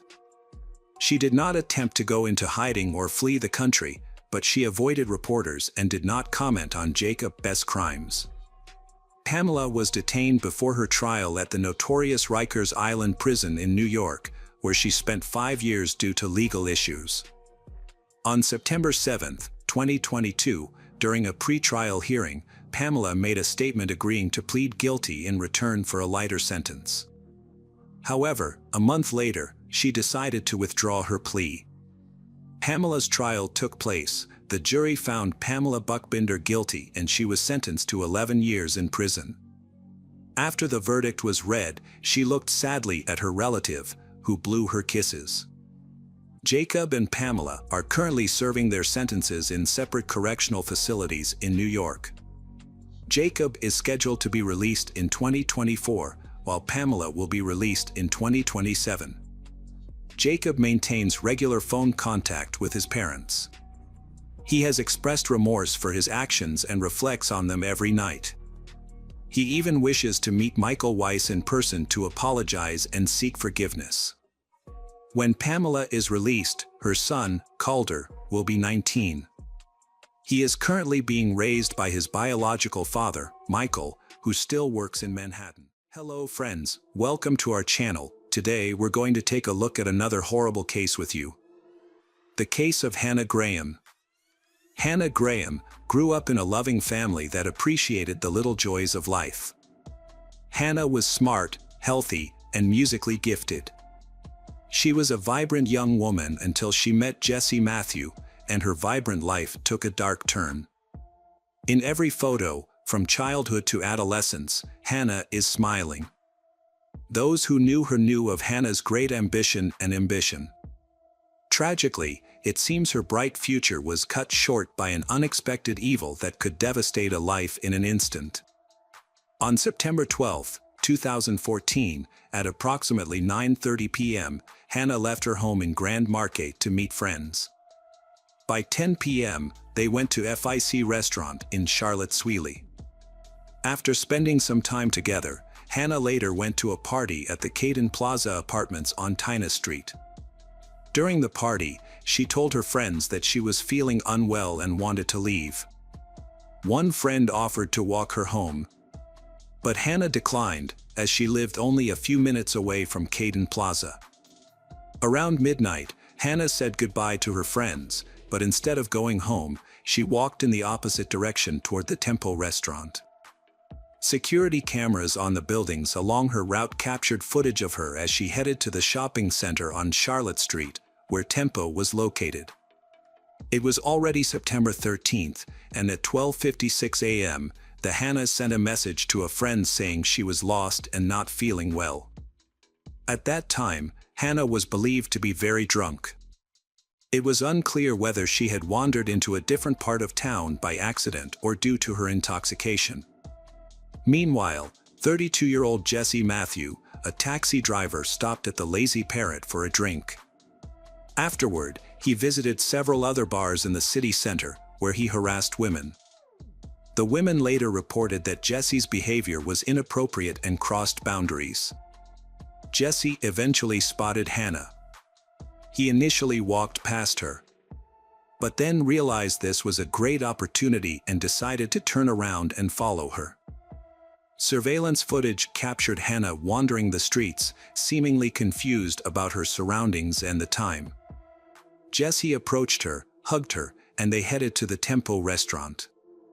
Inside, he bought 2 drinks. Witnesses later gave conflicting accounts. Some claimed Hannah was inside the bar area, while others claimed she was outside at a table. There was also no clear evidence that she was served a drink. Hannah's final text message to her friend, saying she was stuck, was sent in the middle of the night, but the meaning behind her words remains unclear. On September 14th, when Hannah's family could not reach her, they became alarmed and reported her missing to the police. Hannah was a person who always notified her family before going out. She was never away for long and always answered the phone. As time went on, her family's worries grew. Meanwhile, the police began searching for Hannah, with state and federal police joining the effort. Hannah's disappearance caused considerable concern in Charlotte Sweeney and the Albert Mall area, especially since there had been previous cases of missing women. Hannah's case quickly attracted public attention and the search for her intensified. Through a detailed investigation and the collection of video footage from numerous city cameras, police were able to piece together a timeline of the events of that tragic night. Hundreds of people gathered at the University of Virginia to support Hannah's family. Many volunteers joined the search, doing everything they could to help Hannah return safely. Hannah had helped others in need, and now it was their turn to help her. Jesse Matthew grew up in a low-income family. He faced constant bullying and humiliation at school, which led to a stutter and difficulties in his studies. Despite these challenges, he persevered and continued his education, eventually earning a full football scholarship to Liberty University in 2002. However, he was soon accused of violence against another student, prompting him to transfer to a different school. Upon entering Christopher Newport University, Jesse could no longer contain his desire, and soon rumors began to spread of a new sexual assault committed by Jesse. The victims remained unknown, having dropped out of school. Jesse made a living by working odd jobs for a while, switching jobs from time to time. In 2005, a young woman was attacked and raped in the Fairfax district while walking home from the store. The attacker threatened to kill her if she resisted. Although she survived the ordeal, she was hospitalized and treated, which included procedures to collect DNA samples. Police gathered evidence from the crime scene to create a DNA profile, but it did not match any suspects in police databases. Due to her fear for her safety, the woman ultimately chose to return to her home country of India. Surprisingly, family and friends described Jesse as a kind and helpful person. Even his ex-girlfriends found him charming and gentle. In fact, Jesse faced multiple sexual assault charges. One of the police officers who was friends with Jesse said that he had a very difficult childhood and was abused during his school years. Jesse was bullied a lot and forced to keep things a secret. Although this was never fully confirmed by his family or friends, Jesse himself stated that he was abused in his early years. This may explain how he went from being a good person to someone with malicious intent. Jesse's father struggled with alcoholism and was often absent from home for long periods of time. In 2006, his father was arrested for breaking the law. Did these experiences shape Jesse's personality and lead him to become a serial killer? On September 19th, police obtained a search warrant for the Jesse's apartment. They seized a mobile phone without a SIM card and a pair of men's shorts. DNA tests revealed both Jesse's and Hannah's biological material on these items. A second search warrant was executed for his apartment. And the next day, police announced that while he had not yet been formally charged with Hannah's kidnapping, he was the last person seen with her on the night she disappeared. During this second search, several bags of evidence were collected, including a phone, laundry, bedding, a pillow, clothing, a toothbrush, test tubes of hair, a wallet, and a cigar butt. Police obtained a third search warrant, allowing them to collect a pair of white shorts, a maroon shirt, and a towel with a reddish-brown stain. They also seized an orange Chevrolet Suburban belonging to Jesse. On September 20th, Jesse arrived at the Charlotte police station with Will, requesting an attorney and refusing to answer any questions about Hannah. Afterward, he left the station, got into his car, and sped away. Police pursued him, but he managed to evade capture. A nationwide search for him was initiated. It was later revealed that Jesse had obtained a new driver's license and withdrawn most of his bank funds. Jesse's family has urged him to share any information he has about Hannah with the police. His aunt, Alice Fletcher, has pledged to support Hannah's parents. Many people in Charlotte have joined the search efforts. Additionally, Hannah's college friends have provided significant support to the family. On September 24th, Jesse was seen on a beach in Texas. Since his car had been confiscated, he was living in a tent there. A bystander recognized him from a news report and called 911. Jesse was arrested and identified as a suspect in the kidnapping of Hannah. A $100,000 reward was offered for information about Hannah's location. He was taken to the Charlotte Regional Jail and held without bail while the search for Hannah continued. On October 18th, a body was discovered on a plot of land on Old Lynch Road in Albemarle County. The site was located behind an abandoned house and surrounded by brush. Police cordoned off the crime scene after the discovery of the body. The sheriff noted that further testing was needed to confirm the identity and expressed gratitude to those searching. A crop top and jeans matching those worn by Hannah were found nearby. A wristwatch was also found, but no underwear, shoes, or cell phone were found. A local resident informed police that on the morning of September 13th, he noticed Jesse's car parked on the road behind the house. The car doors were closed, and there was no one inside. It was determined that Jesse was familiar with the area, having worked as a taxi driver nearby for several years. The body was sent to Chief Medical Examiner Dr. Kevin Y. for examination. He conducted an autopsy and concluded that the death resulted from intentional violence, with strangulation being the likely cause. Further tests showed broken noses, and the examiner confirmed that the victim was Hannah Graham. DNA evidence was collected, allowing police to link Jesse to Hannah's murder. Police then also connected him to another crime. This was the January 2010 kidnapping of Morgan Harrington. Her body was discovered on a farm in Albemarle County by the farm owner, who initially mistook them for animal bones. When he realized they were human bones, he quickly contacted the police. Morgan's body and Hannah's body were found just 6 miles apart. The DNA from Morgan's shirt matched that of Jesse Matthew, and surprisingly, it also matched evidence collected in 2005 in Fairfax. On February 10, 2015, Jesse Matthew was formally charged with the murder of Hannah Graham. He faced charges of first-degree murder and kidnapping.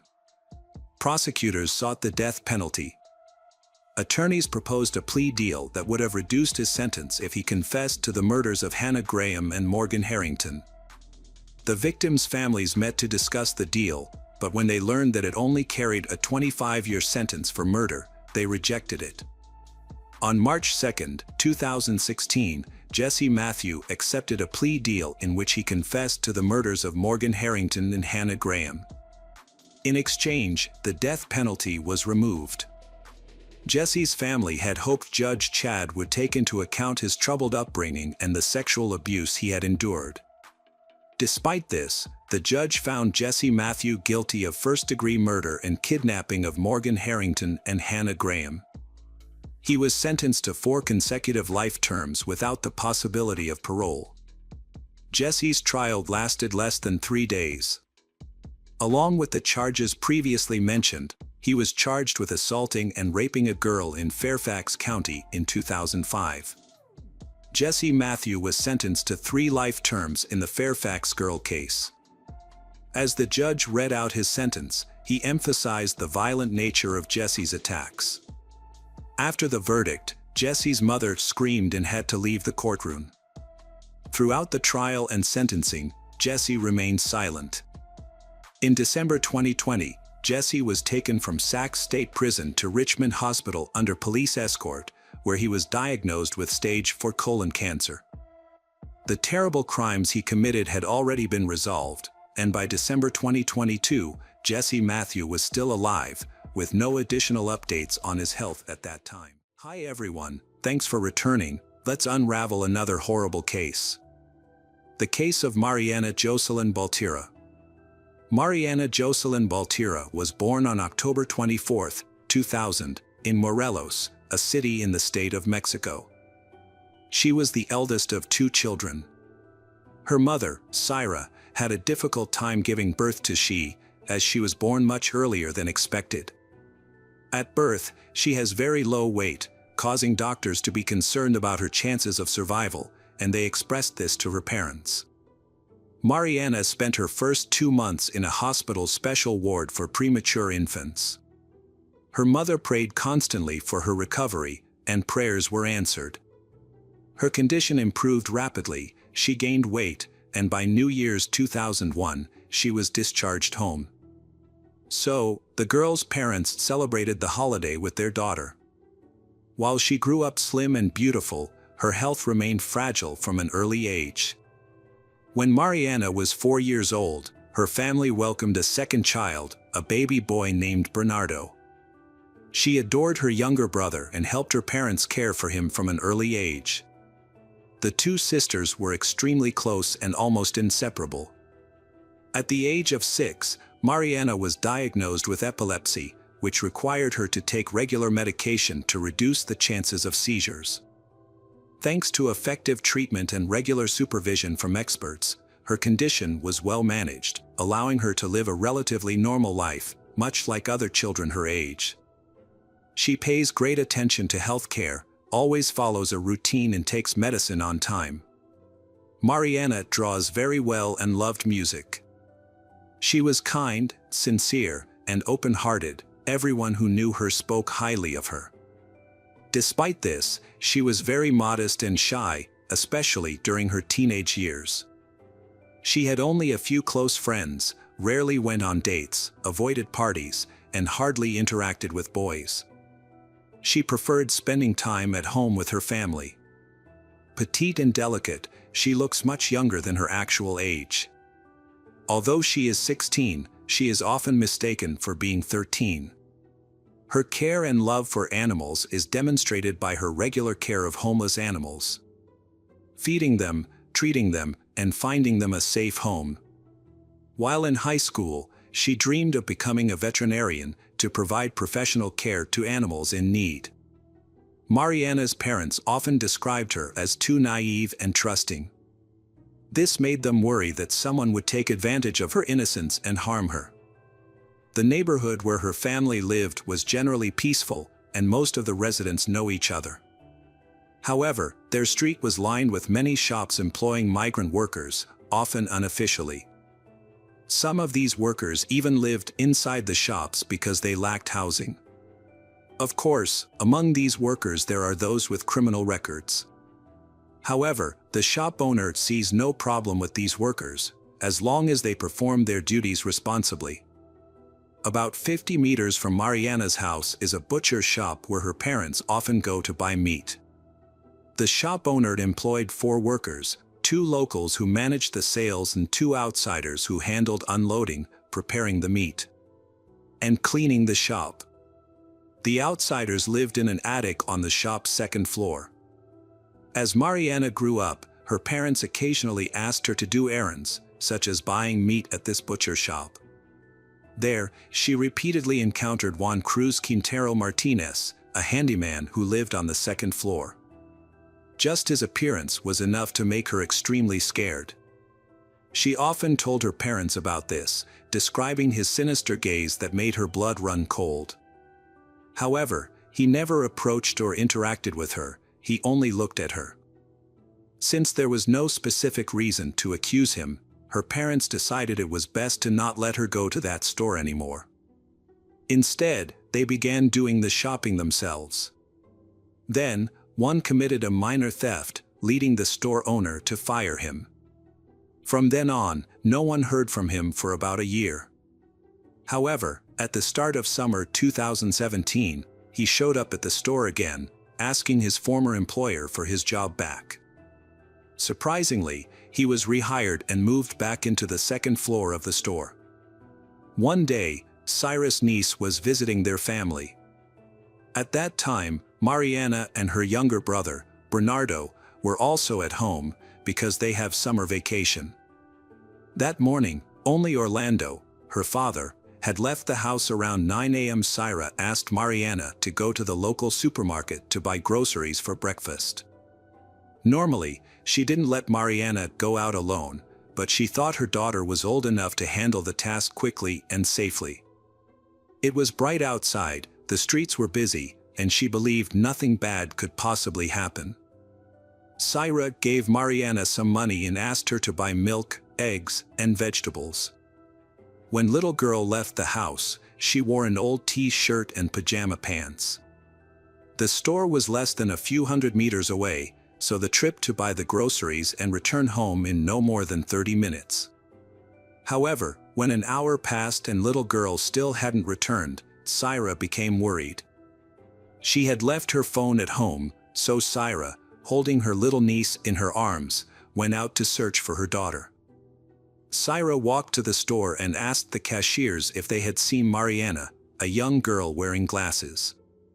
They told Cyrus that the girl had been there, bought the groceries a couple of hours ago, and left. At that moment, Syra began to realize that something terrible had happened to her daughter. She hurried back home, asked Bernardo to watch over her niece, and went out again to continue the search. Syra began asking neighbors, street vendors, and passers-by if they had seen Mariana. However, the little girl seemed to have disappeared without a trace. Immediately after that, Syra immediately contacted the police and called her husband, Orlando. He took a break from work and rushed home to help search for Mariana. By the time the police arrived, dozens of neighbors, along with relatives and friends of the Baltira family, joined the search for Mariana. They distributed flyers with her picture. Initially, police asked the parents if their daughter might have gone on a date, met a friend, or visited someone. Her parents firmly denied these theories, insisting that she would never leave without informing them, especially since she had gone to the store in home clothes and carry a grocery bag. The area where Mariana disappeared had surveillance cameras, but almost none of them were functioning. Despite searching all day, no clues or traces of little girl were found. As night fell, the initial anxiety and panic turned into despair. The parents began to fear the worst, that their daughter would no longer live. On July 28, around 8 a.m., Mariana's parents received a call from a relative who lived nearby. The relative informed them that several police cars had arrived at the butcher's shop. Then, they quickly got ready and went to the scene. However, the police did not allow them inside, claiming that the situation had nothing to do with their daughter. Despite this, they were still resolutely not to leave. A few minutes later, after inspecting the premises, a police officer approached Mariana's father, Orlando, and informed him that the body of a young girl, matching the description of Mariana, had been found on the second floor of the building. The body was lifeless and severely mutilated.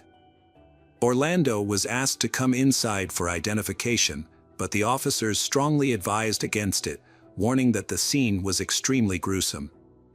When Orlando entered and saw the body of his beloved daughter lying in a pool of blood, he felt like the whole world had collapsed. He was at a loss as to how to break the sad news to his wife who was waiting outside. The cause of death was determined to be massive blood loss from a deep wound to the stomach. It was later discovered that the criminal had cut out the girl's stomach while she was still alive and left her to bleed to death. Experts concluded that Mariana died in the early hours of July 28, just hours before her body was discovered. This meant she had been alive for nearly 24 hours after her disappearance. During that time, the murderer continuously tortured the girl. Then he caused the wound that caused her death. The murder weapon was identified as a butcher knife, which was found on the floor near her body. The store owner discovered the horrific incident when he came to work in the morning. According to the butcher shop owner, every last Thursday of the month, the shop closes for cleaning. On this day, the owner focused on organizational tasks, held meetings with suppliers, and submitted reports to the tax inspectorate. Meanwhile, the employees disinfected and cleaned the premises. On Thursday morning, July 27, 2017, when the owner arrived at the store, he immediately noticed bloodstains on the floor. At first, he thought one of his employees who lived on the second floor might have been injured. However, upon going upstairs, he was stunned to see his employee's belongings covered in blood, as well as a knife and the body of a young girl in a pool of blood. Additionally, a significant amount of money was missing from the cash register, which the criminal had likely taken in fleeing the scene. 2 employees who lived and worked at the store immediately became suspects.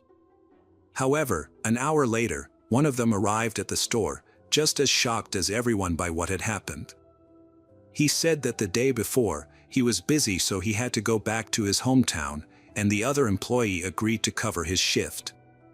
The police determined his account to be truthful, as there was no evidence placing him at the crime scene. As a result, he was removed from the list of suspects. By that time, investigators had obtained CCTV footage from the supermarket where Mariana was shopping on the last day of her life. The footage showed little girl entering the store, followed a few minutes later by Juan Martinez, the butcher. His behavior was unsettling. He appeared to stalk her, like a predator tracking its prey. Without purchasing anything, he left the supermarket shortly after she. After that, both of them vanished. Although there were street cameras in the area, they were not functioning.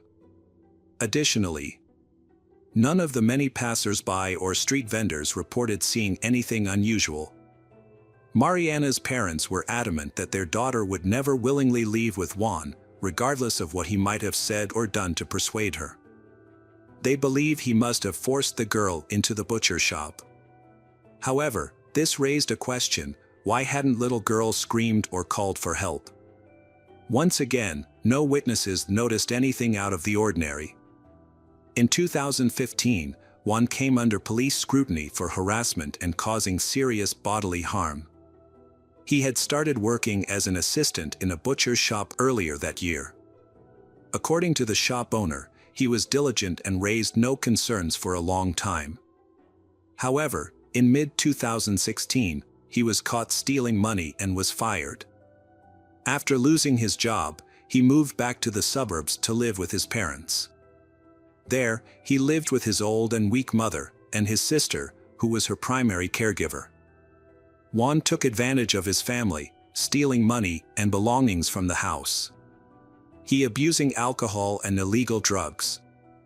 He frequently physically assaulted his mother and sister.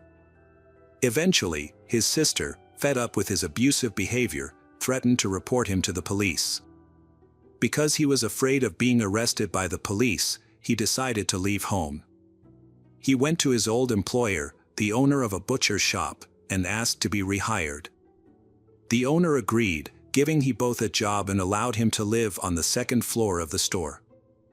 This happened in mid-June, about a month before a tragic incident unfolded. At first, Juan performed his work diligently. However, about a week later, he meets Mariana, who has changed and matured over the past year. While little girl avoided any interaction with him and never shopped at the butcher's shop, he began stalking her, following her through the streets and observing her daily routes. Another butcher, the who lives with Juan on the second floor, noticed his obsession with Mariana. Little did he know that Juan would soon commit a horrific crime. After Juan was identified as the sole suspect in the rape and murder of Mariana, all available resources were mobilized to find him. The police initially focused on his home, suspecting that his relatives might help him evade capture. However, his sister insisted that he was not welcome there and explained that he knew his family would immediately turn him in to the authorities. She showed no surprise over the horrific crime he had committed. In fact, she revealed that he had previously raped their elderly mother and even attacked her with a knife, threatening to cut her open like a pig if she didn't give him money for drugs. Finding Juan was a top priority for the police because he was highly aggressive, cruel, and a serious threat to others. The money he stole from the cash register could have lasted him a long time, but no one knew what he might do next. Will he reoffend after killing Mariana? For an entire month, the police searched the Morelos area and nearby suburbs, believing he couldn't have gone far. However, over time, they still could not find he. Information about Mariana's murder quickly spread nationwide through the media, causing police forces across the country to simultaneously hunt for the cruel murderer. Juan's photograph was broadcast daily on television, printed on the front pages of newspapers, and plastered on streets nationwide with the label "Ruthless Killer" at large. A substantial bounty was offered for any information about his location or help in capturing him, and the reward amount kept increasing. Yet, despite these efforts, the case made no progress. The search for Juan was very difficult. He had no contact with his family, no friends, no social media accounts, no mobile phone, and he didn't use credit cards. After 6 months of trying to locate him without any success, the reward for information about him was raised to about $250,000. Even so, there were no leads. Juan was finally captured in August 2019, 2 years after Mariana's murder. He was found nearly 1,000 kilometers away from the crime scene. In another state, thanks to an elderly woman who recognized him on the street. She noticed his suspicious behavior, as he constantly hid his face with a hood and sunglasses, and reported him to the police. She unaware that he was one of the most wanted criminals in Mexico. Juan was arrested right on the street, and to the surprise of the authorities, he did not resist. He calmly extended his hands, allowing officers to put handcuffs on him. The next day, after confirming his identity, the authorities transported him to Morelos, where the crime took place. He was placed in custody in a local prison while awaiting trial. In May 2022, 5 years after the tragic incident, the court sentenced Juan Cruz Quintero Martinez, who committed the murder and rape, to life in prison without parole. He must also pay approximately $49,000 in compensation for the damages he caused to Mariana's family.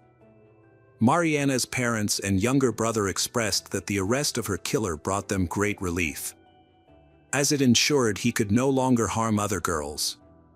However, they also acknowledged that no punishment, not even life imprisonment or restitution, could ease the pain in their hearts. Their beloved daughter and older sister was gone, and they would have to carry this sorrow for the rest of their lives. Hello, crime enthusiasts, are you ready for another chilling investigation? The case of Lindsay Lee. On Monday, March 13, 2017, Lindsay Lee, a 31-year-old woman, had a busy day. After finishing her work shift, she attended a martial arts training session at the gym. Following her workout, she went to the supermarket for groceries and returned home around 8:30 p.m. Exhausted, Lindsay looked forward to resting since she needed to be at work in the morning. She works full-time as an IT specialist at the local police station. At the end of the day, she returned to her 3-bedroom, 2-bathroom house on Halle VD. However, at that moment, she was faced with an unexpected threat waiting for her inside her own home. As she entered the house, she was ambushed as soon as she closed the door. On March 14th, it seemed like just another weekday for the Sheriff's Department in Lexington County, South Carolina, where Lindsay worked. Officers arrived early, but it was quickly apparent that Lindsay had not shown up yet. She was always energetic and was usually one of the first to arrive at the sheriff's office. Her co-workers were immediately worried and surprised when they didn't see Lindsay at work. First, they texted her, but she didn't respond. Next, they tried calling her, but Lindsay didn't answer. This behavior was unusual for her. She was known for being punctual and was usually one of the first to arrive at the office. Even when she was sick, she always informed her co-workers. After failing to reach Lindsay, the police contacted the patrol unit. A nearby police car was dispatched to check on her. The assigned officer was Shannon Lovell, who was also a close friend of Lindsay's. He arrived at her home around 10 a.m. and knocked on the front door, but received no response. So he decided to go around to the back door. He carefully examined the scene and noticed the first signs of trouble. The back door was heavily damaged. He quickly concluded that someone had broken into the Lindsay's house. Shannon promptly called for backup. His fellow officers arrived within minutes. Together, they entered the Lindsay's house, unaware of the horrifying scene that awaited them. They heard running water and assumed that Lindsay might be taking a shower and hadn't heard them.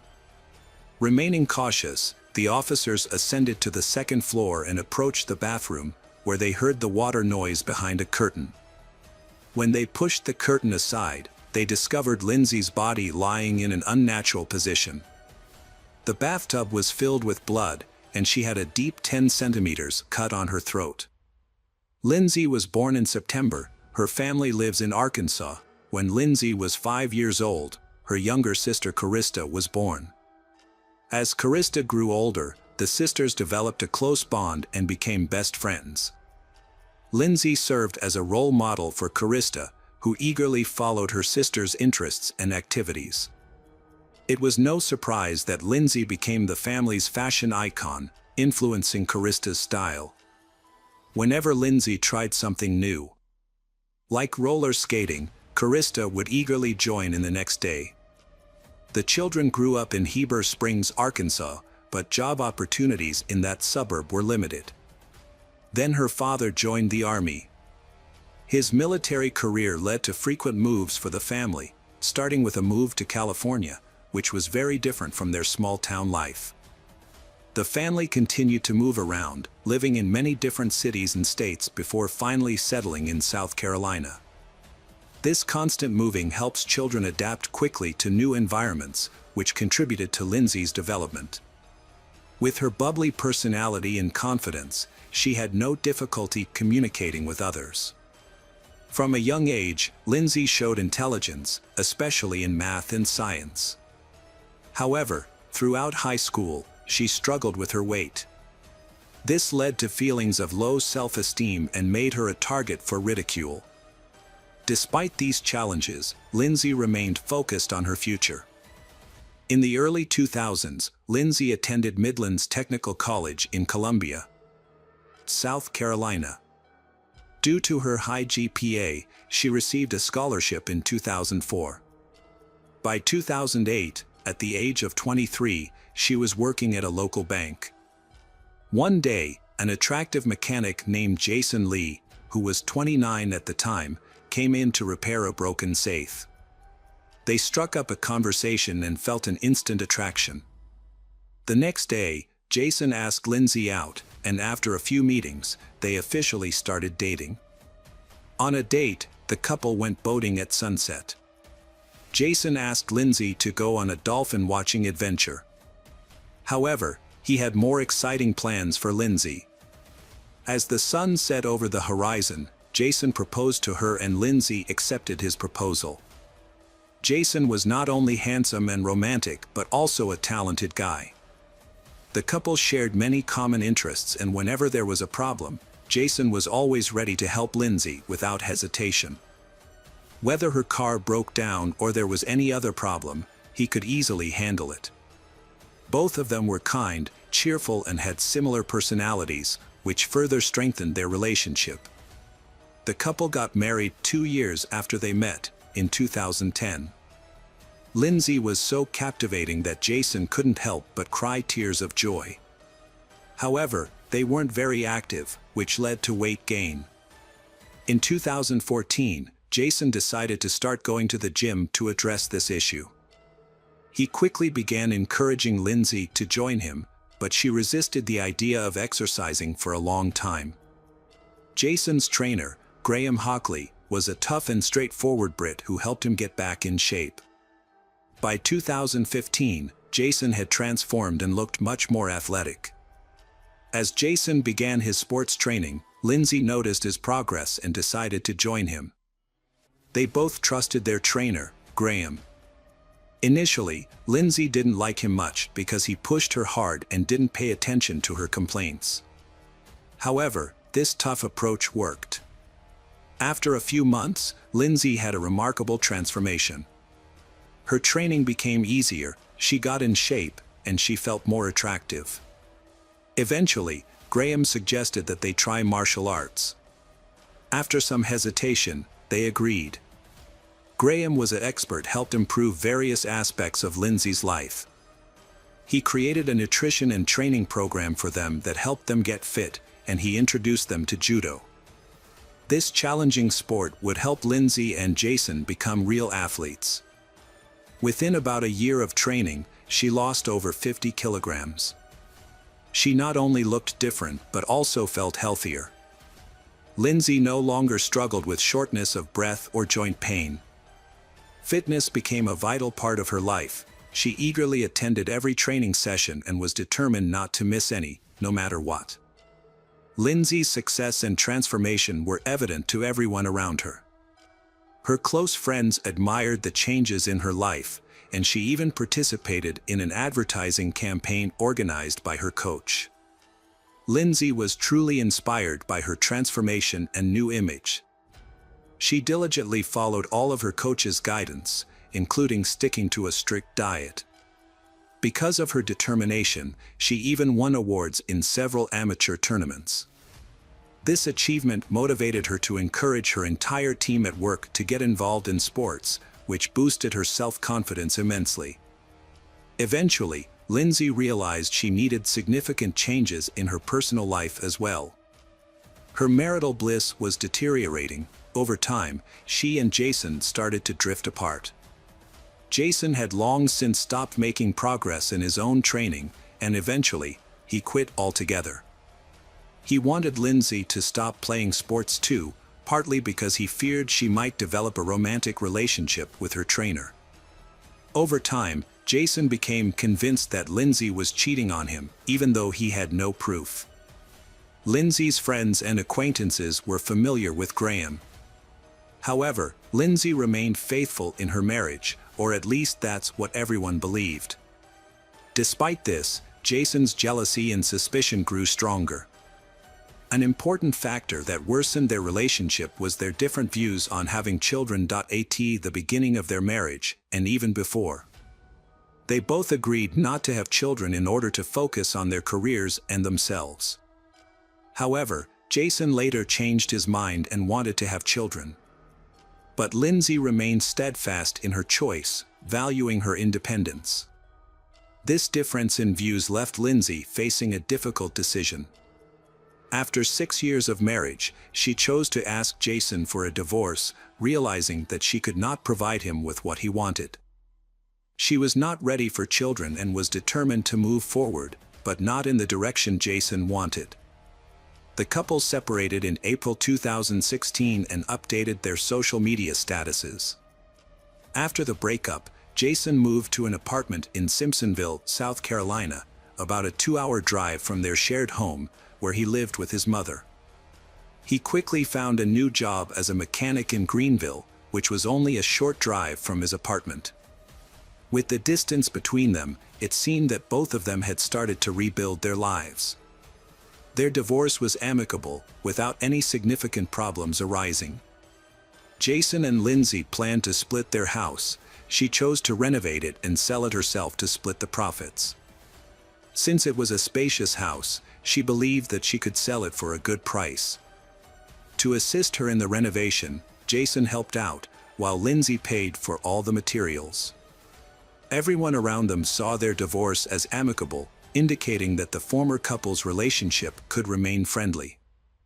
By February 2017, Lindsay had significantly transformed her appearance. She changed her hairstyle and hair color, which made her look rejuvenated. Her friends interpreted this change as a signal that she was ready to begin a new chapter in her life. The formal conclusion of her divorce was planned for April 2017. However, this event never occurred, as Lindsay's body was discovered in her bathroom on March 14, 2017. Shannon, the first person to arrive at the scene, was eager to take charge of the investigation but was denied access to the case. As a close friend of Lindsay, he struggled to remain impartial. And her death deeply affected him and the other police involved in the investigation. The police were confused. Lindsay had good relationships with everyone, even her ex-husband, with whom she had parted on friendly terms. With no leads in the case, the police turned their attention to her husband, Jason, who was in the process of divorcing her. They found him working at a metalworking shop in the county. Upon hearing the news of Lindsay's murder, Jason broke down in tears. He immediately agreed to accompany the police to the station and answer their questions. Without waiting for detailed inquiries, he began to recount the events leading up to his wife's murder. Jason explained that on Monday, March 13th, he had a severely injured leg and was in pain at home. To manage the discomfort, he took a painkiller and went to bed. The next morning, he discovered that his car was missing and assumed it had been confiscated due to his overdue rent. He tried to convince the police that he couldn't have reached the crime scene. However, the police noticed suspicious scratches on his face, which he claimed were from grooming, even though the wounds did not look like typical shaving cuts. The police collected DNA samples from him, which he willingly provided. Police then searched Lindsay's home for evidence. A forensic scientist discovered several suspicious items there. It appeared that the attack had occurred nearby, as there were products that Lindsay had purchased before returning home scattered around. She was last seen alive walking home from a local supermarket, confirmed by a Walmart receipt and surveillance camera footage. The footage showed her calmly walking through the store, cramming a basket full of fruits and vegetables. No one was following her, and police were able to track her movements almost to her front door. Throughout the entire journey, Lindsay did not look back and appeared calm, suggesting that she was not being followed or threatened. It is possible that her attacker was waiting for her inside her home. Later, one of the patrol officers called the police station. He reported that on March 14th, he saw a man driving a car on the street who looked like Jason. The man had a large scratch on his cheek and was acting aggressively, accusing the officer of damaging his car, although the officer had just been standing by. The patrol officer didn't notice anything else suspicious, so he let the man go but remembered his odd behavior. He recalled this encounter as soon as he heard about the investigation and saw a photo of Jason. Surprisingly, the incident happened in the parking lot of the supermarket where Lindsay was shopping. Luckily, the patrol officer remembered the license plate number. When he checked, he saw that the car was registered to Jason. This meant that his car had not been impounded. The officer then reviewed the supermarket surveillance footage. On March 14th at 5:17 a.m., surveillance footage captured a car entering the parking lot and a figure resembling Jason exited the vehicle. The poor lighting and grainy quality of the video made it difficult to clearly identify the person. After disappearing into the darkness, he reappeared 50 minutes later in his work pickup truck, which he parked next to his car. Within 4 minutes, the Jason searched the trunks of both vehicles, likely moving the murder weapon during this time before disposing of it. Police did not find the knife that killed Lindsay. Jason admitted to lying a little about the car being impounded, saying he had gone to the parking lot that morning to buy groceries. Although Jason had previously claimed that he was at home resting on strong painkillers at the time of the murder. When police searched his apartment, they discovered a package of latex gloves that matched the gloves found at the crime scene, along with 3 small pieces of similar blue gloves. Police believe Jason used latex gloves to hide his fingerprints. However, no additional evidence was found, and Jason's car was even washed. On March 17, 2017, just 3 days after Lindsay's murder, 38-year-old Jason Lee was arrested and charged with first-degree murder and first-degree burglary. He was jailed without bail and could face life in prison or the death penalty under state law. He shocked Lindsay's family and friends, but he maintained his innocence throughout the trial. The trial took place in November 2019. Prosecutors claimed that Jason broke in through the back door while Lindsay was away and waited for her to return. When she arrived home, Jason attacked her, overpowered her, and knocked her to the floor. A struggle ensued, during which he began strangling Lindsay until she lost consciousness. He then dragged her body into the bathroom and attempted to slit her throat with a knife, but Lindsay regained consciousness and fought back.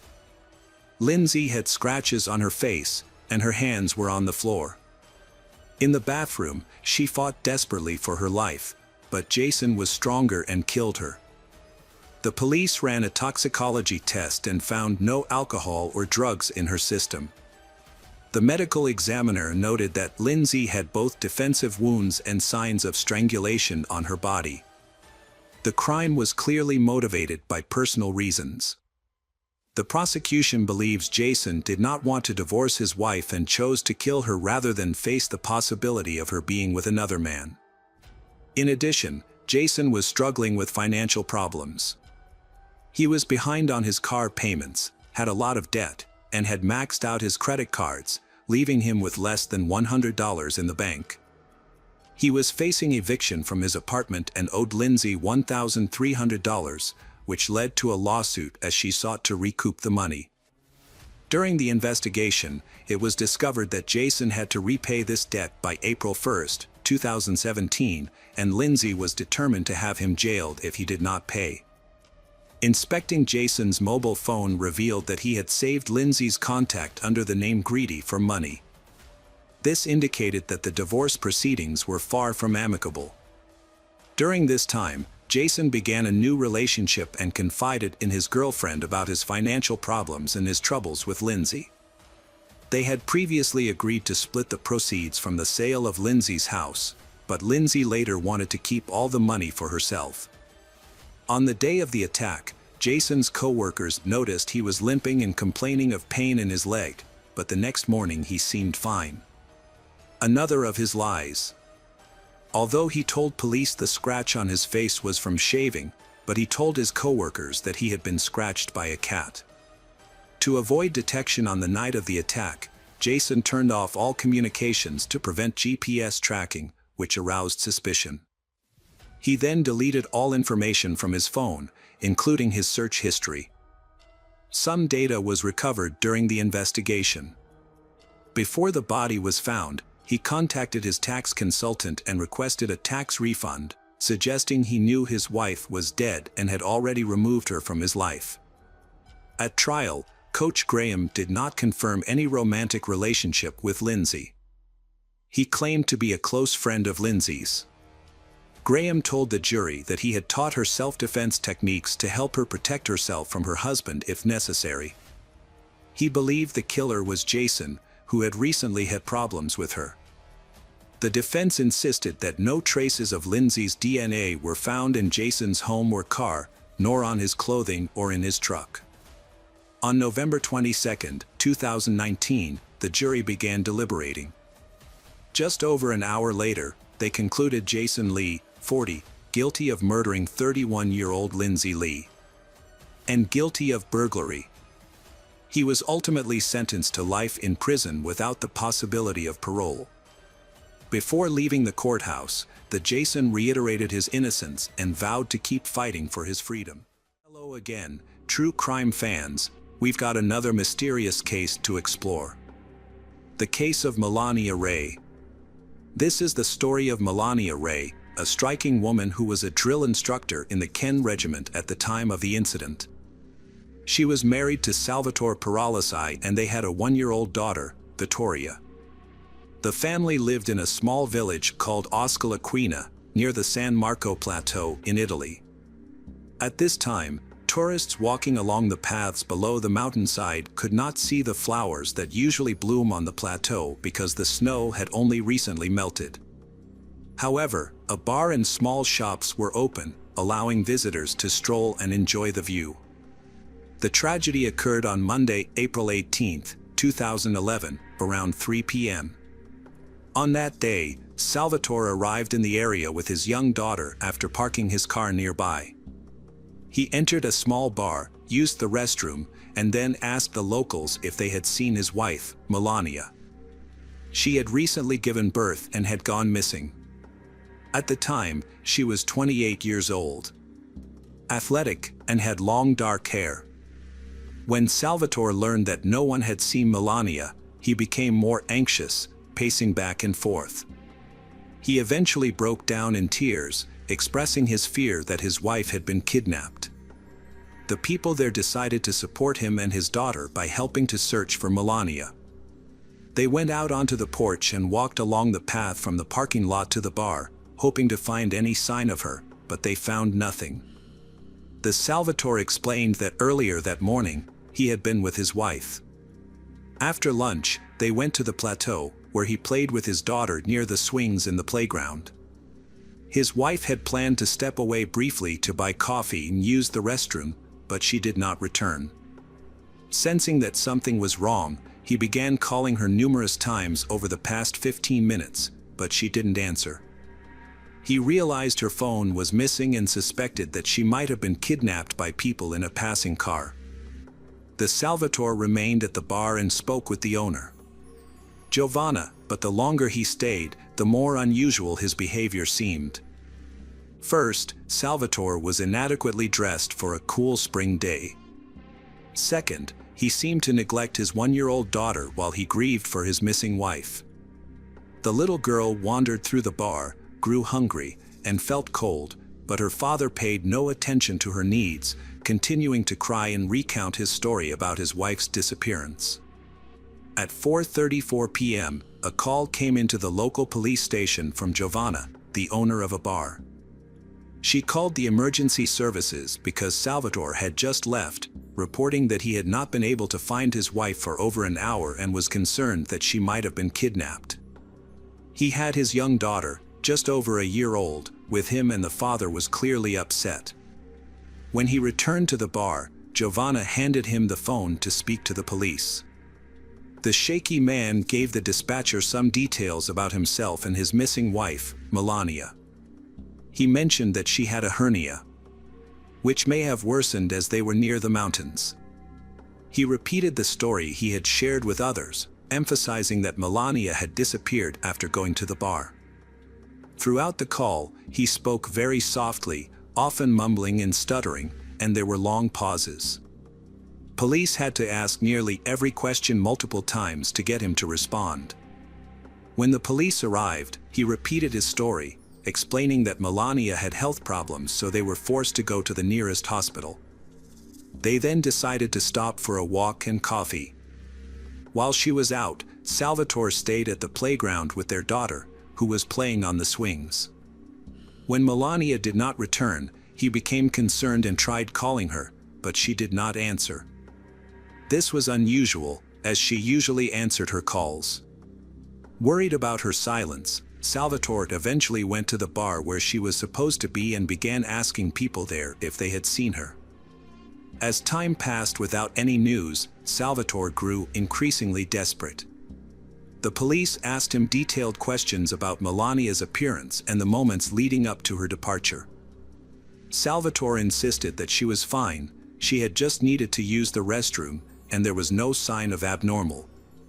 At the scene, the police verified Salvatore's identity and began their investigation. They first conducted a quick analysis of his phone data, looking into his recent interests and searches to evaluate his credibility. The police learned about Salvatore Paralisi, born on August 28, 1987, in the province of Naples, Italy. At the time Melania went missing, he was with their daughter in Felina. His wife, Melania Ray, was born on May 24, 1982, in another small town in the province of Naples. Since both were military personnel, the Carabinieri promptly contacted their military unit for further information. To assist Salvatore, a friend of his who was also a police officer arrived at the scene. He wanted to help Salvatore take care of Vittoria.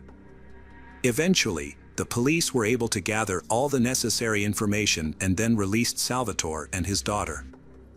Melania's relatives were notified of the situation shortly after. They rushed to the scene to learn more about what had happened and assist in the search for Melania. During discussions with police, Salvatore acted unusually. As a military man, he knew it was important to provide accurate information to the police to help find his wife quickly. Instead, he dodged questions and slowed down the investigation. Police had to ask him for Melania's cell phone number 3 or 4 times before he shared the information. The police wanted to track Melania's mobile phone to locate her and track her movements. There were only 3 busy walkways between the bar and the playground. One was more than 100 meters long and was mostly visible from the kiosk cameras. The second was much longer and led to the War Memorial, a destination that often has a lot of people passing by. The third walkway, 150 meters long, was also closely monitored by cameras. Surprisingly, however, nothing was seen.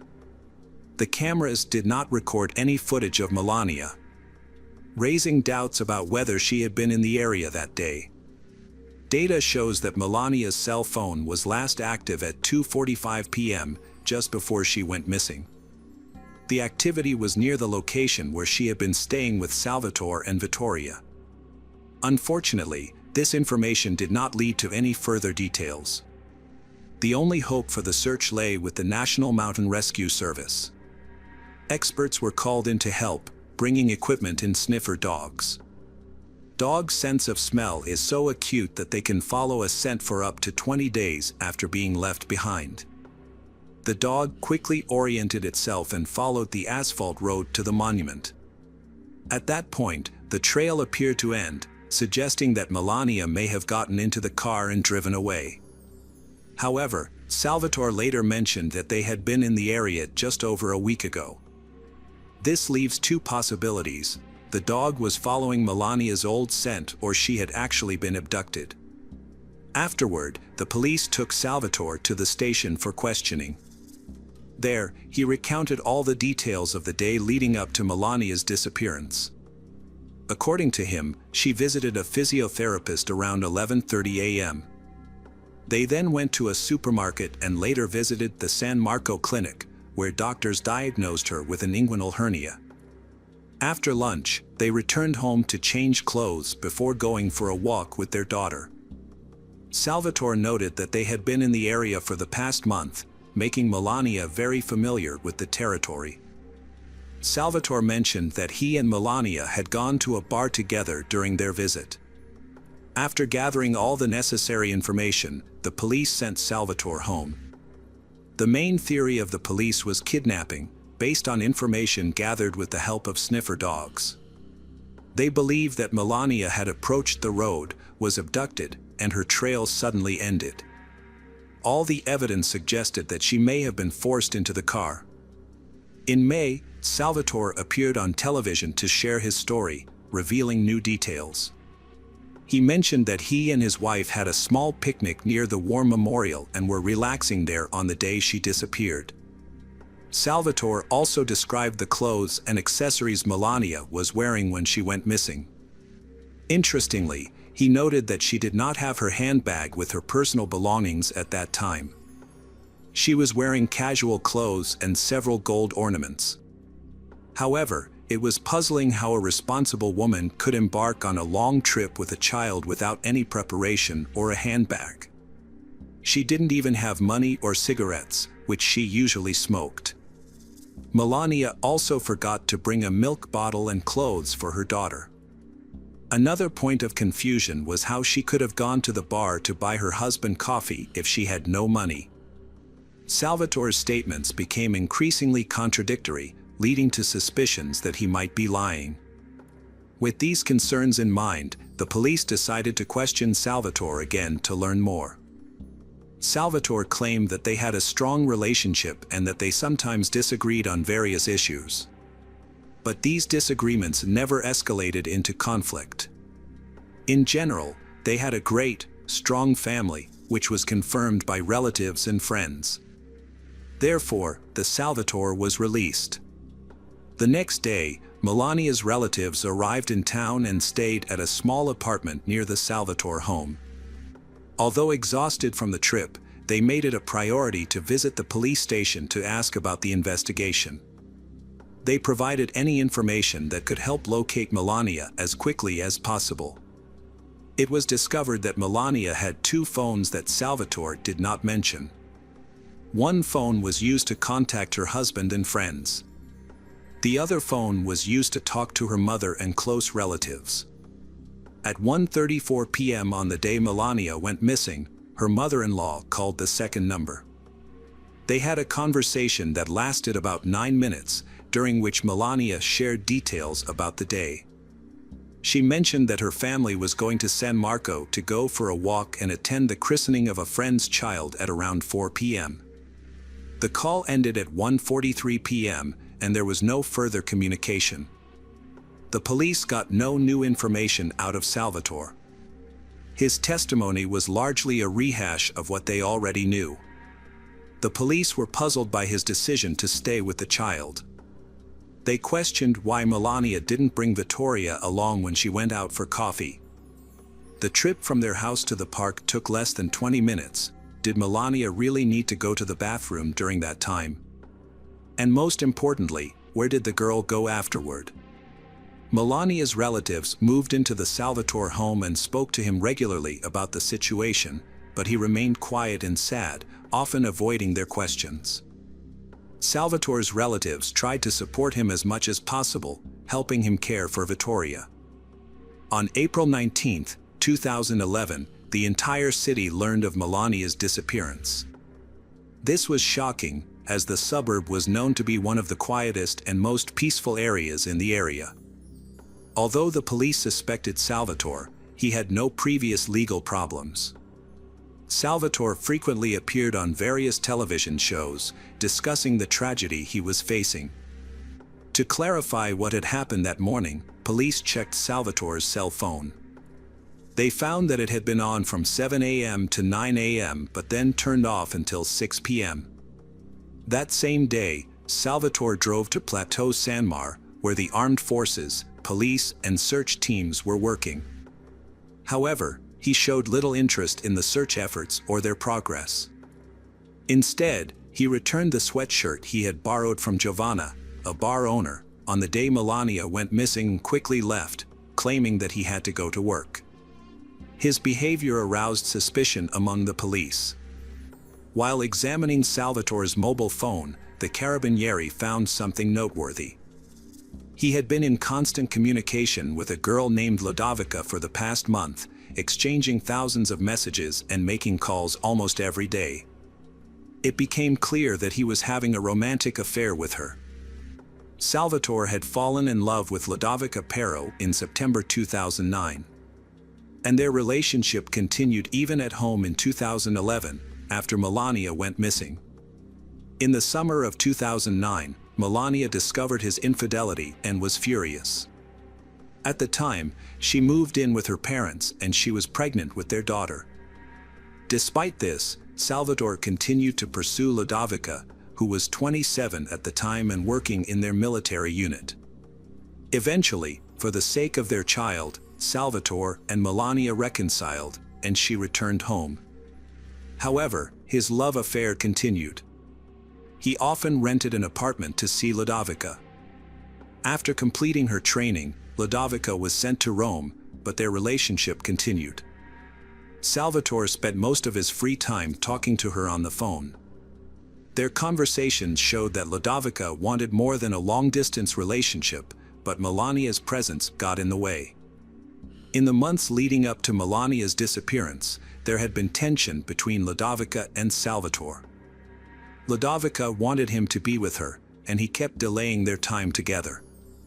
Melania was determined to keep their marriage intact, especially after discovering that her husband was still seeing Ludovica. She even threatened to expose his relationship with his mistress, which could have jeopardized Salvatore's job. This threat scared him, causing him to distance himself from Ludovica. Melania believed that her tactics had worked, thinking that their relationship was back to normal and that Salvatore's feelings for Ludovica were just a passing love. Melania was determined not to give in. She wanted to resume their relationship, while Ludovica was urging him to leave his family for her. He found himself caught between two women. The situation escalated to the point where, on April 19th, Salvatore traveled to Rome to meet Ludovica's parents, hoping they could start a life together. The issue was that Melania was completely unaware of this plan. At the same time, he was supposed to be spending the holidays with his family, including Melania and their daughter. Just a day before this meeting, however, his wife went missing. This turn of events seemed very suspicious, as love triangles rarely have happy endings. When Salvatore returned to work after his wife went missing, management suggested a rescue operation. They suggested assembling a team of soldiers and using specialized equipment. However, Salvatore remained remarkably calm and insisted that such an operation was unnecessary. He believed that his wife had left him out of resentment, so no operations needed to be organized. Salvatore then deleted his social media accounts, which he had used to communicate with Ludovica.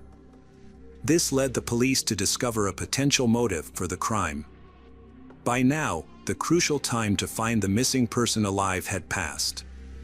The police took the situation seriously and concluded that they had no chance of finding Melania alive.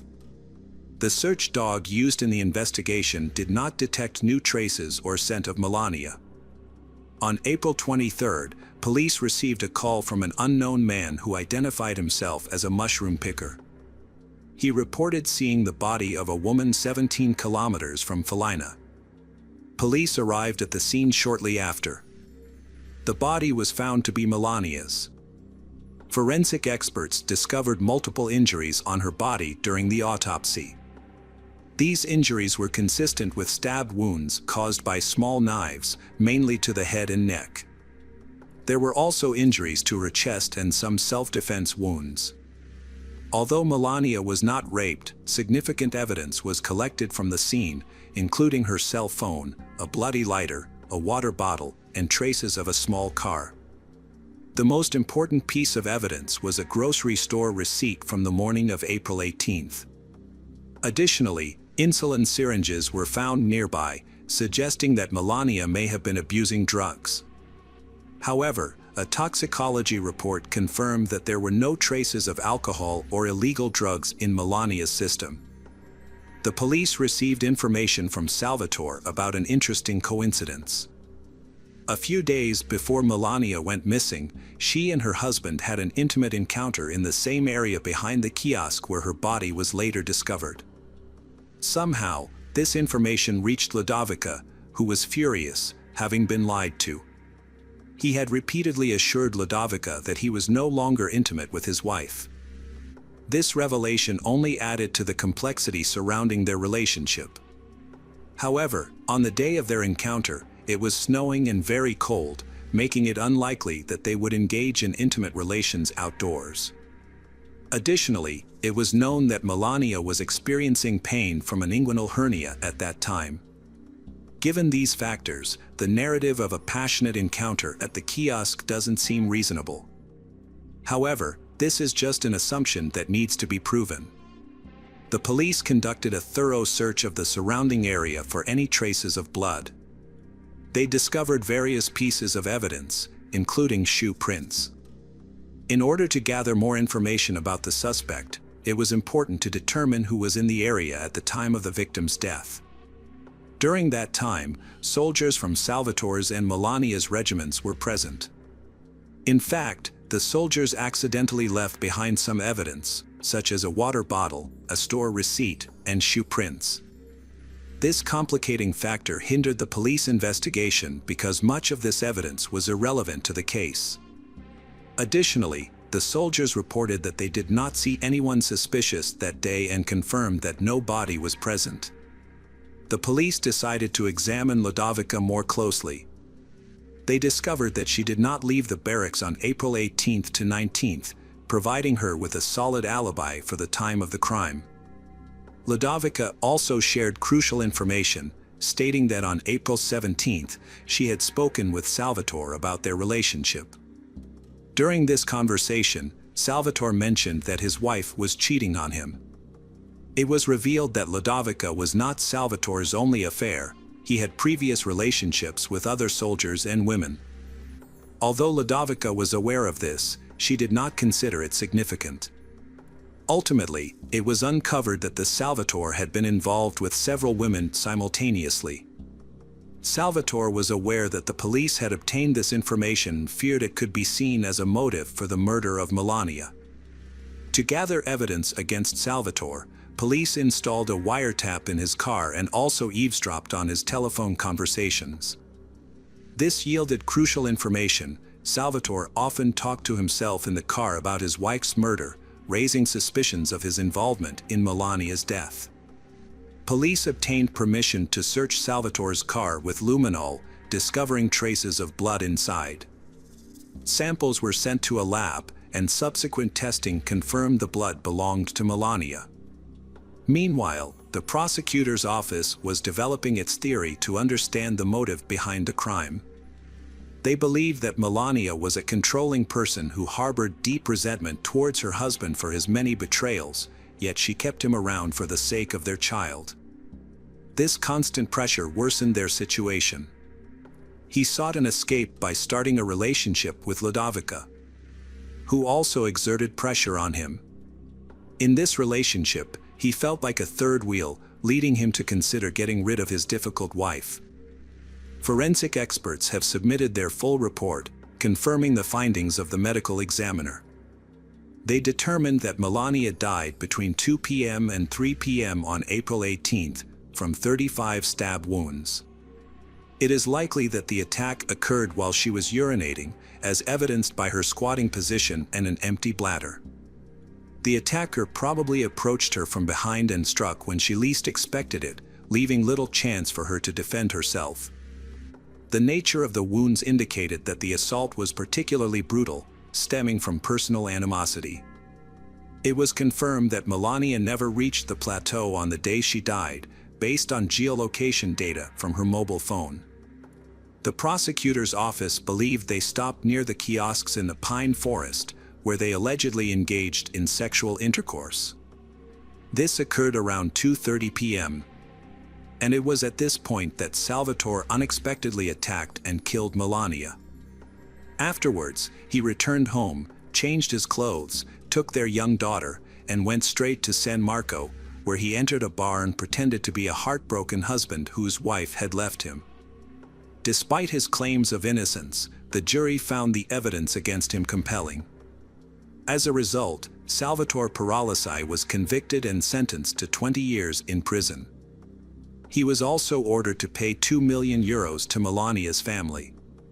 Salvatore maintains his innocence and is currently serving his sentence in a reformatory in Milan. Custody of Melania's daughter was given to her family. Now 13, Vittoria has expressed her desire to change her last name to her mother's. She does not visit her father and would rather he not know about her choices. Welcome back, detectives. Let's dive into another horrible case. The case of Deborah Jeter. Deborah Jeter was born in 1976 in Georgia, USA. She was raised in a loving family and since childhood had a passion for helping people. When it came time to choose a career, Deborah decided to become a nurse without hesitation. She enrolled in a local college and pursued her nursing education. Alongside her studies, Deborah also focuses on building relationships. Deborah's boyfriend is a young man named Lester Jeter. They began a romantic relationship, and later both decided to move forward with married life. After marriage, they had 2 children. Their first child, named Kern, a year later, they had a second child. Because of their close age gap, the siblings were very close and did everything together. After graduating from college, Deborah to work part-time as an anatomy and physiology teacher. She also joined an exchange program as a licensed professional nurse. From an early age, Deborah's daughters began experiencing problems. Deborah often shows aggression towards her children and sometimes she has no control over her behavior. In 2004, she was accused of physically assaulting her eldest daughter, Kirsten, during a quarrel. However, this was the first and only incident of such behavior, so the charges were eventually dropped. As a result of this incident, Deborah was briefly hospitalized in a psychiatric facility and then underwent rehabilitation. She was diagnosed with several disorders, which were the cause of her depression. The experts concluded that Deborah's unusual behavior was linked to her mental disorders. The doctors reported that she managed to get these issues under control after receiving therapy. However, some of Deborah's neighbors believe she is still having difficulty controlling her behavior. Her frequent aggressive outbursts affected her husband and children, and she often acted impulsively. She would yell over anything, which was alarming. The situation seemed serious, as the police were repeatedly called to her house. However, every time the officers arrived, she would calm down. After the incident with Kirsten, Deborah avoided contact with the children. Each time, when the patrol officers would arrive, find nothing amiss, and leave after advising her to remain quiet and calm. Although there were numerous complaints about her loud and hot-tempered behavior, the officers felt powerless to intervene. This situation took a toll on her family, who bore the brunt of her aggression. Deborah's mental health issues seemed to get worse, leading to high tensions. Deborah's husband, Lester, struggled to endure the constant shouting and arguments. By 2009, the situation had become unbearable. In May, Lester decided to end the relationship and filed for divorce. Deborah was devastated. It seemed she genuinely loved her husband, but due to her mental health difficulty, so she was unable to control her behavior. Lester's decision to divorce was a significant shock for Deborah. She repeatedly tried to convince her husband to heal their relationship and discuss their issues. However, Lester was so frustrated with Deborah's behavior that he rejected any talks. Lester openly told his wife that their family had no future and he would never come back. He also mentioned that he intended not only to end the marriage but also to seek custody of the children. Lester was genuinely concerned that his wife might lose control when he wasn't around their daughters, fearing she might harm them. His worries were justified as Deborah's behavior became increasingly erratic. Lester worries about the safety and well-being of his two daughters, Kelsey and Kirsten, but he cannot predict the tragic fate that will befall them. That same month, after Lester declared his intention to divorce, Deborah attempted to end her life. She ingested a lethal dose of antidepressants, but was saved by the doctor's quick response. The most distressing aspect of this incident was that Deborah did this in front of her daughters, making her husband even more worried about her mental health. He feared that the stress of the divorce could worsen Deborah's illnesses. Unfortunately, resolving the legal issues of divorce is time-consuming, making the divorce process complicated and difficult. Nevertheless, Lester was determined to proceed with the divorce to protect the children from their unstable mother. Deborah's mental health issues clearly worsened after her divorce proceedings started. She and her children moved in with her mother. Naturally, Deborah suffered the most, but her frequent outbursts of anger and constant aggression also affected the children. Lester wanted to resolve all the issues quickly to minimize the trauma for the girls. Unfortunately, time was not on his side. Deborah attempted to end her life, which was a shock for the children. They couldn't understand their mother's behavior or the struggles she faced. Meanwhile, Deborah, at 30 years old, risked losing everything she had built with her husband over the years. Her world was falling apart, so it was no surprise that she was deeply shocked. Lester was determined to take action.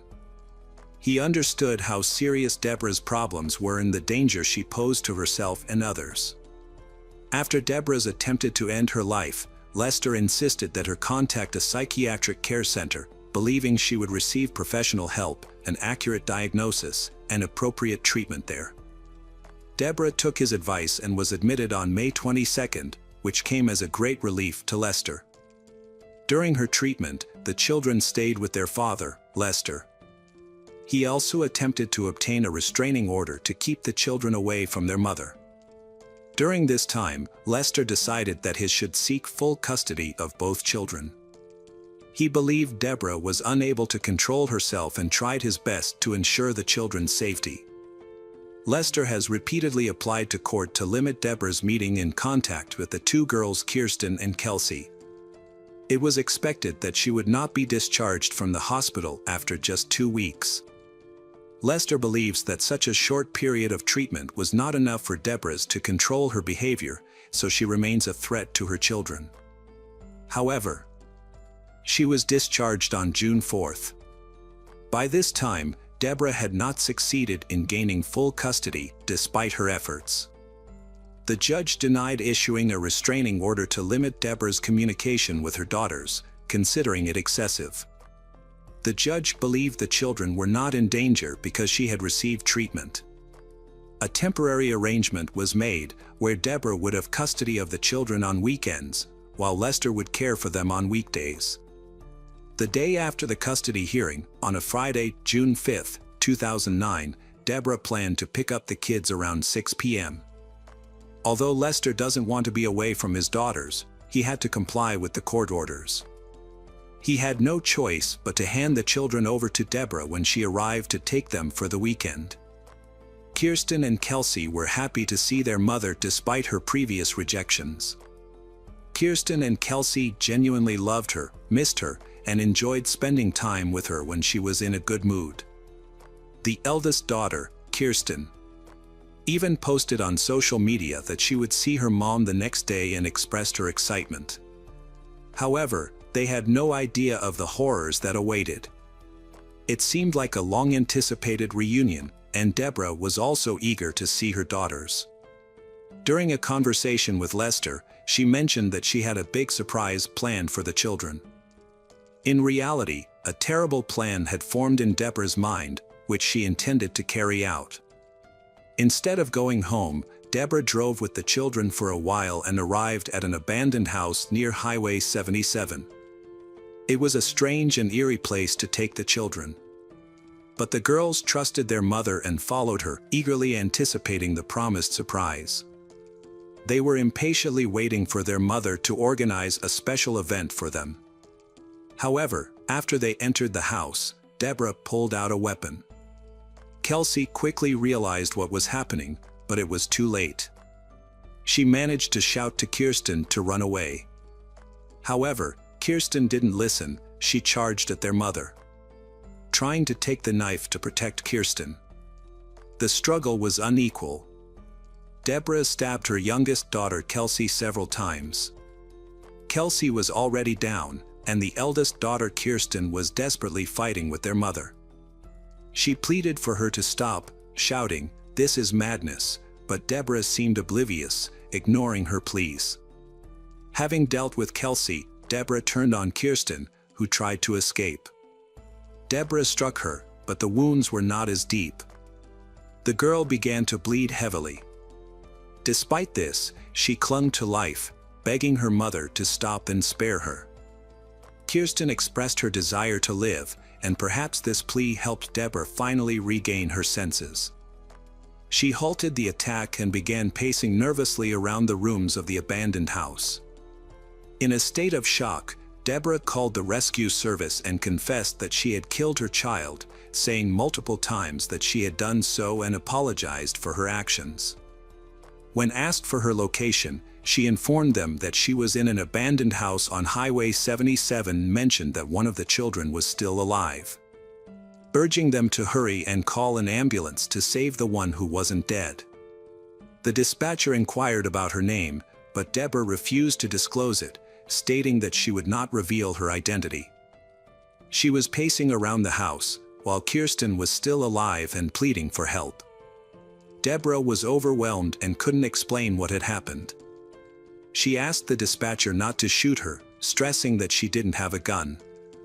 She gave precise directions to the location so law enforcement and medics could find the abandoned house where she had harmed Kirsten and Kelsey. Deborah said one of the girls was already dead, and the other was barely hanging on, as she had cut her throat and was bleeding. She urged them to arrive as quickly as possible, otherwise, the girl's chances of survival were slim. Deborah spoke calmly to the dispatcher, despite being a bit excited. Her voice was generally calm and cold. The dispatcher found Deborah's behavior strange and began to suspect that she had no control over the situation. While waiting for law enforcement, Deborah alternated between calmness and shouting nervously, even insulting the dispatcher. The operator remained composed, continuing the conversation to prevent Deborah from doing anything reckless. Deborah mentioned that if they didn't hurry, she might lose control and harm her second child. She said this completely calmly and without any emotion. The dispatcher realized the situation was extremely serious and that Deborah was unstable. Deborah, who had mental health issues, spoke about her daughters as if they were objects, one whom she has eliminated from her life, while the other is in danger. However, this did not particularly bother Deborah, as she was mainly concerned about her own safety. Deborah repeatedly asked the dispatcher to ensure that the police wouldn't shoot her when they arrived. Although she understood the seriousness of the crime, her focus was on her own well-being, even though one of her daughters is dead, and the other daughter is barely alive. This thing was inconsistent with recent when she tried to end her life, which occurred shortly before the tragedy. However, Deborah clearly did not want to suffer. But is she ready to take responsibility for her actions? The police arrived at the scene and found Deborah on the street, still talking on the phone. She raised her hands to show she had dropped the knife and was unarmed. She repeatedly told the officers not to shoot her, insisting she had no weapons, was not dangerous, and would not attack. Deborah directed the police to an abandoned house where 2 bloody bodies were found inside. Although Deborah was a nurse, she did not attempt to help the children. While speaking to the dispatcher, she walked around the abandoned house and then went outside to avoid seeing the girls' bodies. Deborah wandered around the courtyard while Kirsten sat in blood next to her dead younger sister, Kelsey. Deborah's car was in the garage of the abandoned house, with a small knife on the car roof, the same knife she used to commit the massacre. The police quickly found the knife and arrested Deborah, placing her under constant surveillance due to concerns she might try to harm herself. Inside the abandoned building, officers encountered a horrifying scene. They discovered 2 girls. One of them, Kelsey, was in the bathroom, covered in blood. Because of her injuries, she died at that moment, having bled out in less than a minute. Kelsey was only 12 years old, and her mother had stabbed her with such force that she succumbed to the bleeding almost instantly. It's hard to imagine what Kirsten went through. She was found with similar injuries in the bedroom, but was still alive when rescuers arrived. Kirsten lay in a pool of her own blood, her eyes indifferent, indicating she had lost a big amount of blood. Quick action was crucial to save her life. Her throat was cut from right to left, damaging her airways and one of the main arteries. Surprisingly, her mother, Deborah, a nurse, attempted to clamp the wound to stop the bleeding while waiting for the medics. This may increase her chances of survival. In an emergency situation, the doctors rushed Kirsten out of the abandoned house and took her to Parkland Hospital in Dallas. They performed an emergency operation and battled to save her life for hours. Miraculously, the girl survived. After 4 days, Kirsten was moved from intensive care to a regular ward. Her recovery was incredible, especially since it was initially thought she wouldn't make it. However, her challenges were far from over. Though she narrowly escaped death, a more troubling fact was that she and her sister were found in that abandoned house, having been attacked by their own mother. It's hard to comprehend the extent of the post-traumatic shock Kirsten experienced. During the summer, she was recovering from the operation, trying to come to terms with the fact that her younger sister Kelsey is dead and the fact that her mother was a murderer. At the time of the crime, Deborah lived with her mother in the small town of Malacca, Texas, which had a population of just 2,000 people. Investigators reviewed Deborah's cell phone records and discovered that after taking the children from their father, Deborah headed to Malakoff. There, she seemed to wander along the roads for a while, then she eventually stopping the abandoned house. Detectives believe Deborah was searching for a place to harm the children. Examining the actions of people with mental disorders is difficult, yet the incident in the abandoned house provides disturbing things into Deborah's motives. When life falls apart, depression and mental issues can lead some women to feel that ending their lives is the only option. In many cases, they kill their children first, believing it to be a merciful act. Under the strain of mental illness, a mother may think that her family's collapse will doom her children to endless suffering. In this mindset, she views murder as a way to free them from pain and hardship. Often, these women then take their own lives. In this situation, it's evident that Deborah had no intention of dying. She was frightened and did not harm herself, even fearing that the police might shoot her, showing that she valued her life. The murders of Kirsten and Kelsey were clearly motivated by revenge, intended to hurt Lester extreme pain. She aimed to deliver a cunning and cruel blow to him. The incident was truly alarming. Kirsten and Kelsey's father, Lester, tried to give this case a big push to draw attention to the trial, literally the day after the judge refused to issue a restraining order against Deborah. Instead, the judge agreed at the hearing that she would have custody of her daughter by the end of the week. This decision later raised many questions about whether the judge considered this decision reckless. Unfortunately, Lester's worst fears were confirmed. Deborah killed Kelsey and almost took the life of Kirsten. Lester tried his best to convince the judge that his daughters were in mortal danger. Under no circumstances were they allowed to see Deborah unsupervised. However, the judge maintained that their main goal is to strengthen and unite families, encourage parents to cooperate with each other, to ensure children receive love from both parents. This decision ultimately led to devastating consequences, but the judge's actions were still deemed legal, despite the tragedy that followed. The district attorney stated that it's not fair to blame only the judge for this situation. According to him, responsibility belongs to many parties: the doctors who allowed Deborah to leave the hospital, Lester, along with Deborah. Deborah was expected to face severe punishment due to her past actions. She had previously shown anger and aggression towards her children, including attempting to harm Kirsten.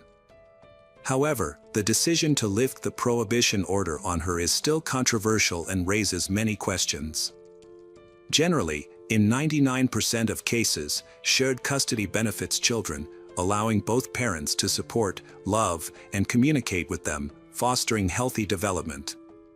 Yet, this approach fails when a parent has serious mental health issues. Child Protection Services claim they were unaware of Deborah's behavior.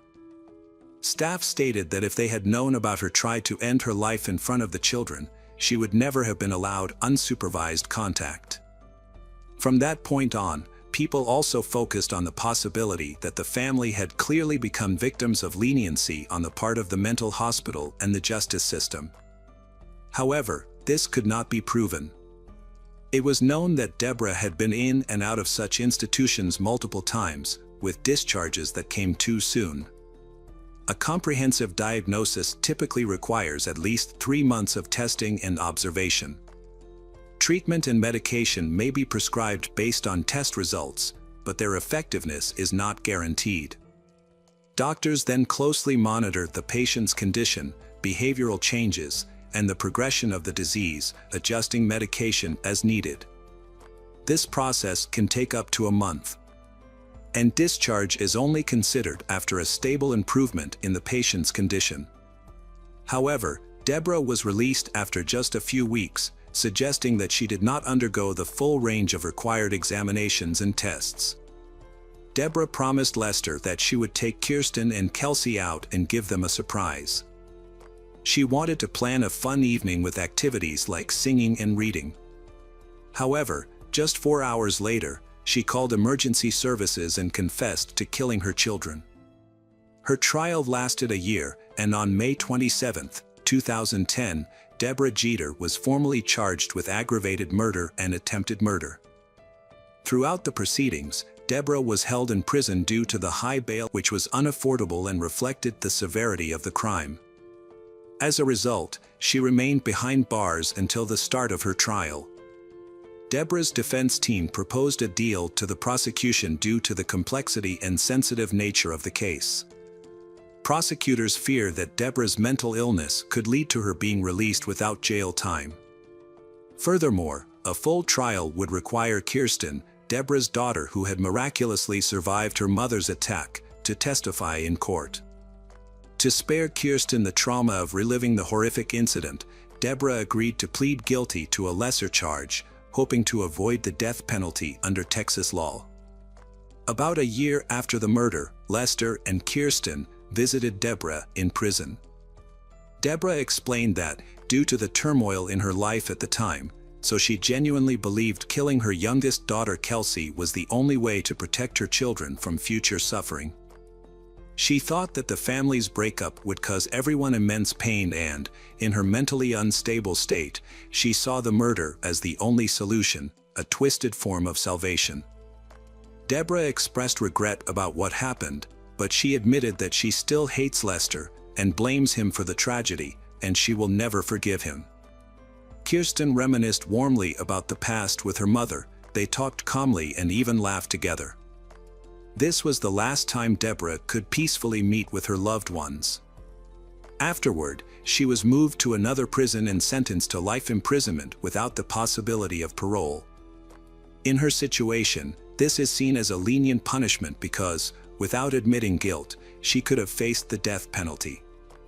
Lester was deeply shocked by the incidents, but inspired by his daughter, he decided to move forward. In 2015, he rebuilt his life, remarried, and he and Kirsten removed their social media profiles. Eventually, Kirsten reactivated her account but set it to private.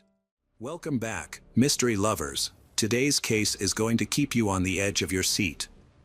The case of Daniel Wozniak. Costa Mesa, California, is located between Los Angeles and San Diego on a coastal plateau overlooking the Pacific Ocean.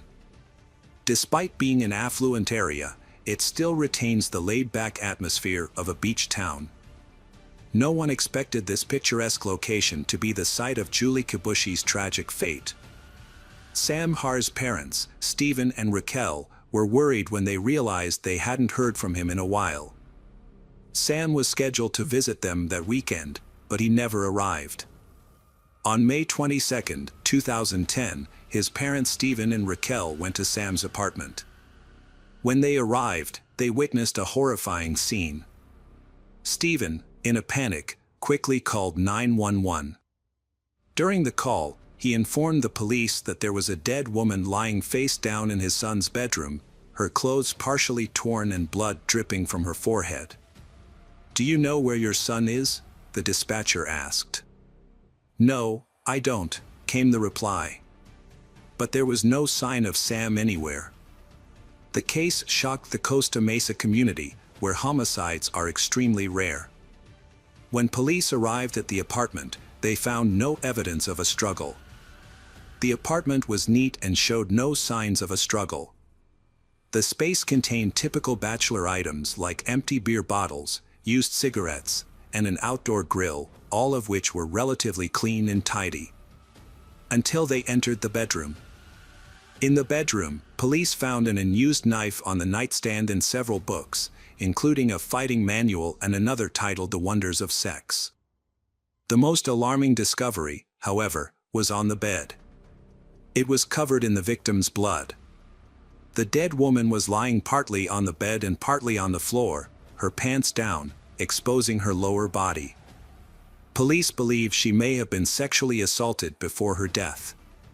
She died of 2 gunshot wounds to the head, 1 to the top of her head. Although there was a knife on the nightstand, it did not appear to have been used. Curiously, she was wearing a crown, and the back of her sweater read, "All yours."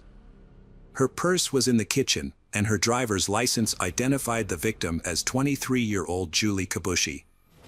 Julie was born on Valentine's Day 1987 to Japanese-American parents Jun and Masa Kabushi. She was the third of their 4 children. Her parents often called her "my Valentine girl."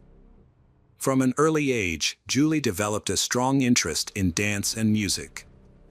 Her mother said that Julie started tap dancing at the age of 5, and her passion for the sport continued to grow over the years.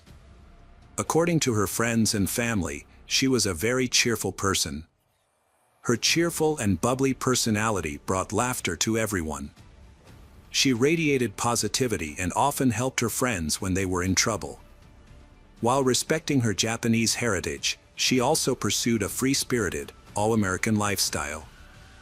After graduating from the Orange County School of the Arts, Julie pursued fashion design at Orange Coast Community College.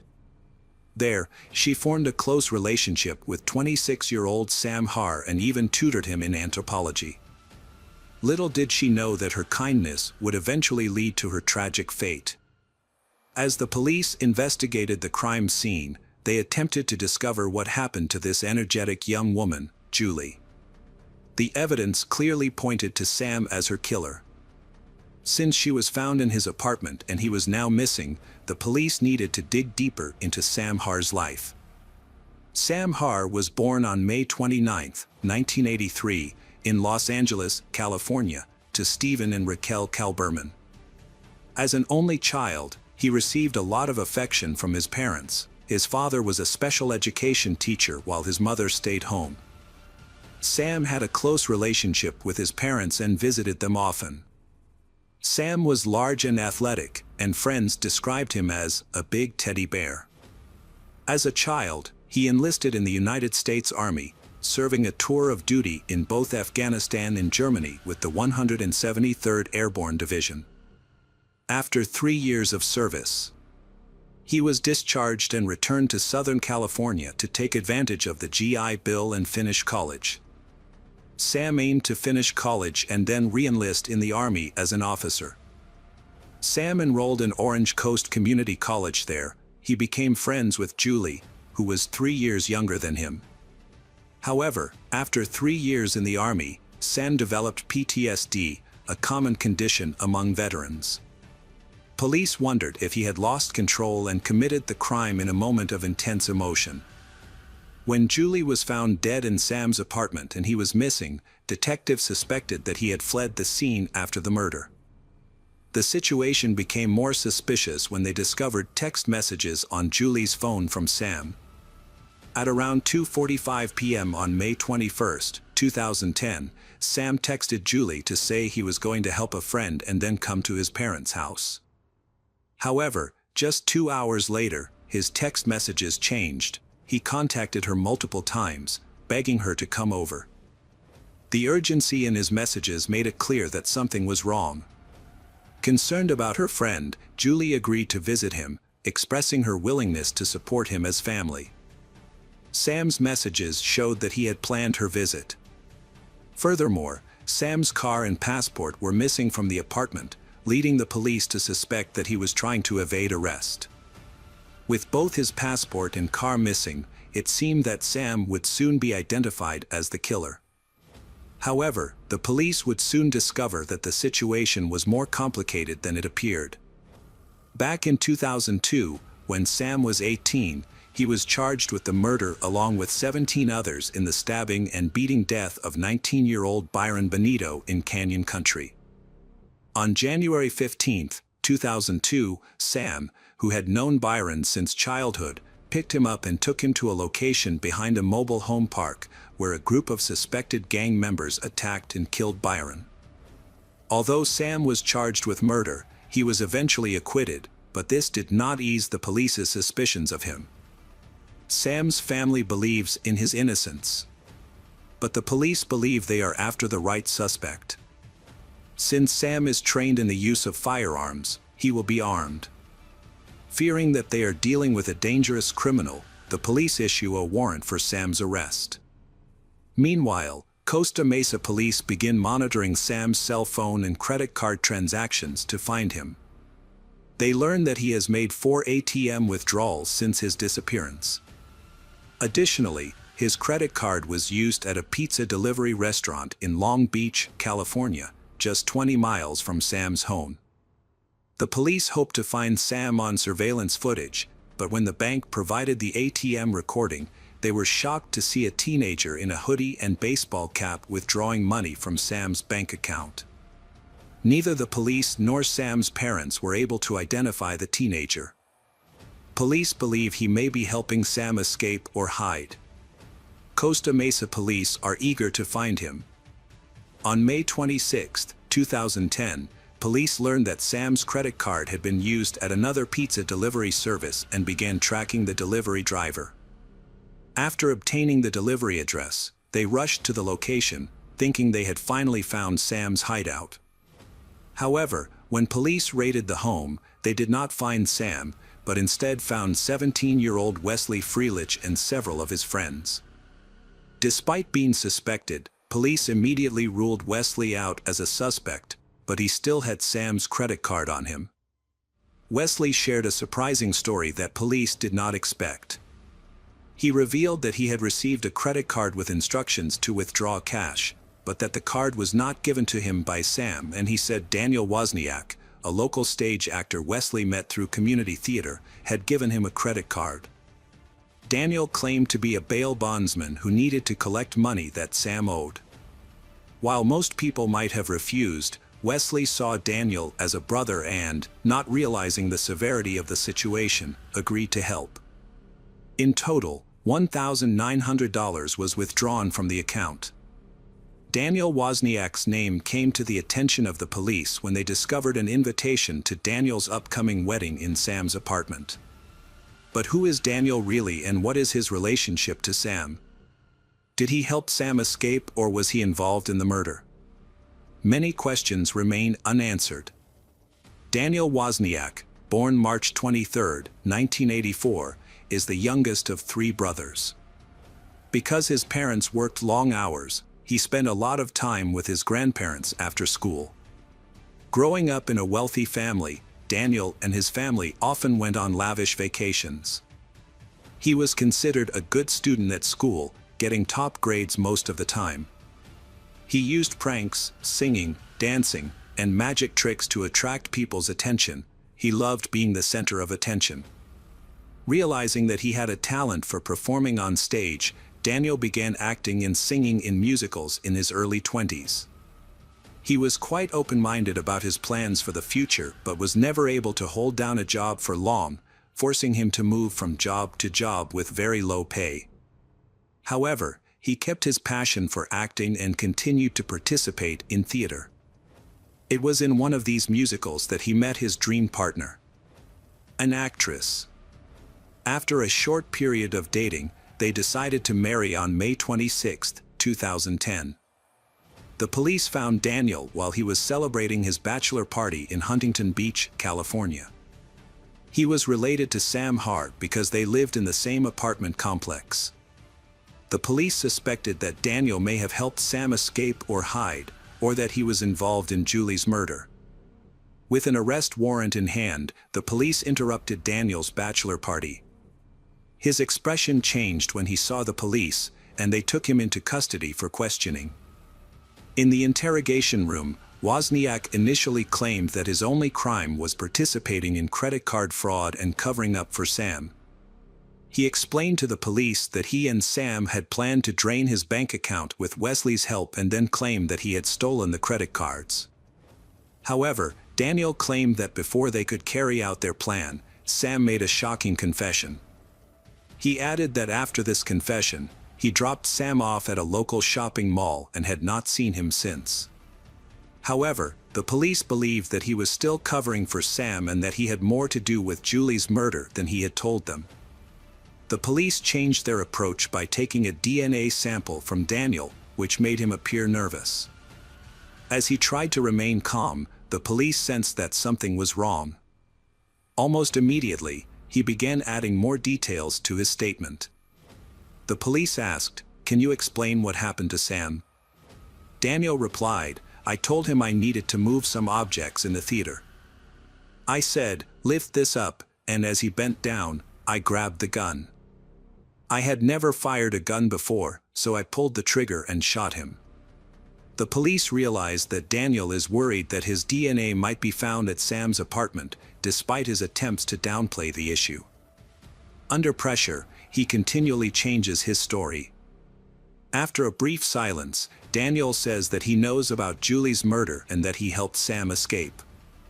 When the police remind him that they have his DNA, he insists that it does not match anything on Julie's body, insisting that he had nothing to do with the murder.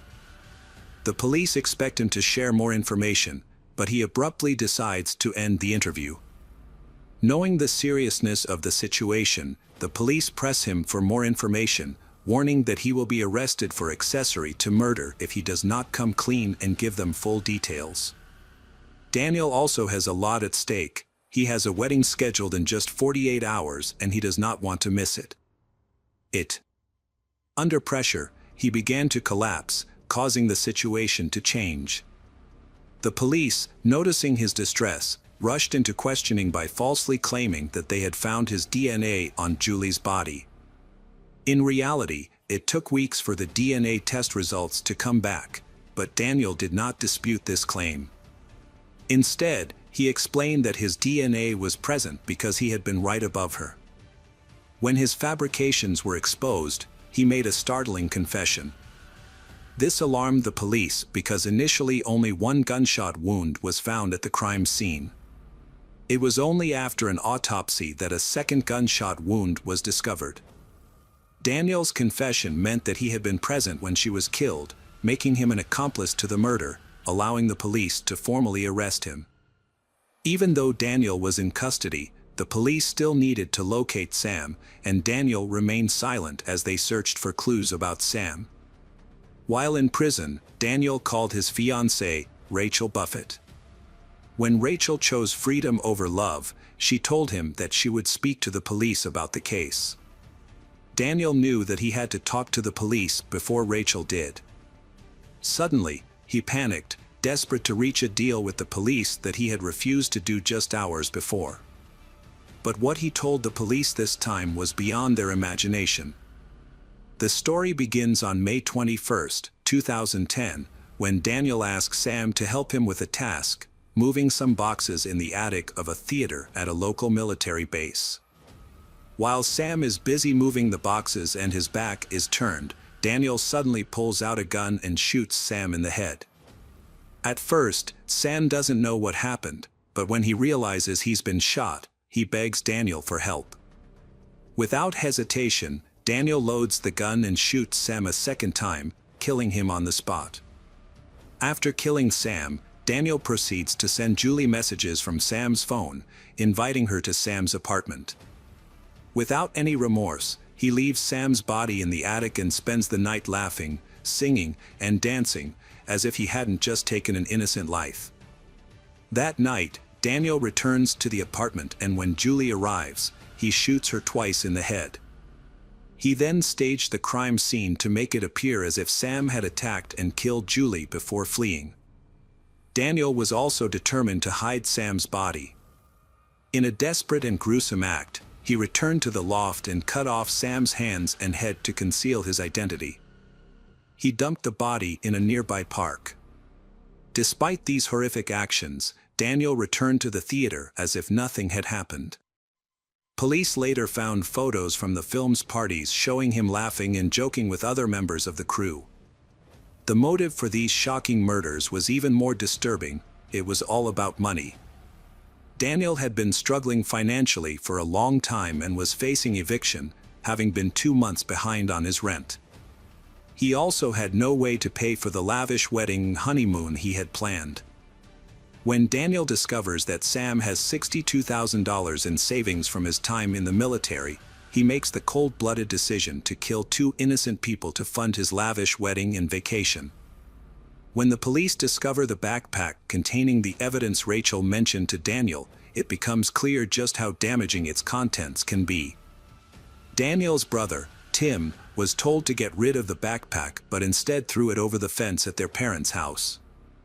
The backpack contained a number of incriminating items, including Sam's financial information, passport, bloody clothing, and most importantly, the murder weapon. Daniel's DNA was found on these items, placing him solely responsible for the murders of Julie and Sam. The evidence was overwhelming, including DNA, spent shell casings, and the victim's financial records, everything the prosecutor could possibly need, including the murder weapon itself. On December 16, 2015, after a trial that lasted just 5 days, Daniel Wozniak was convicted of 2 counts of first-degree murder. On January 11, 2016, after just 1 hour of deliberation, one of the shortest death penalty trials ever, the jury recommended the death penalty for Daniel Wozniak. On September 23, 2016, the judge sentenced him to death. It seemed there was no end to the deception in this case. Years later, police discovered that Daniel's ex-fiancée, Rachel Buffett, not only knew about the murder plots, but also lied to the police. Although she denied all charges, she was arrested and charged with 3 felony counts of being an accessory after the fact, based on allegations that she had repeatedly lied to the police. On September 12, 2018, she was convicted of 2 of those charges, carrying a maximum possible sentence of 44 months. On November 8, 2018, she was sentenced to 32 months in prison and was released from prison in about 2019.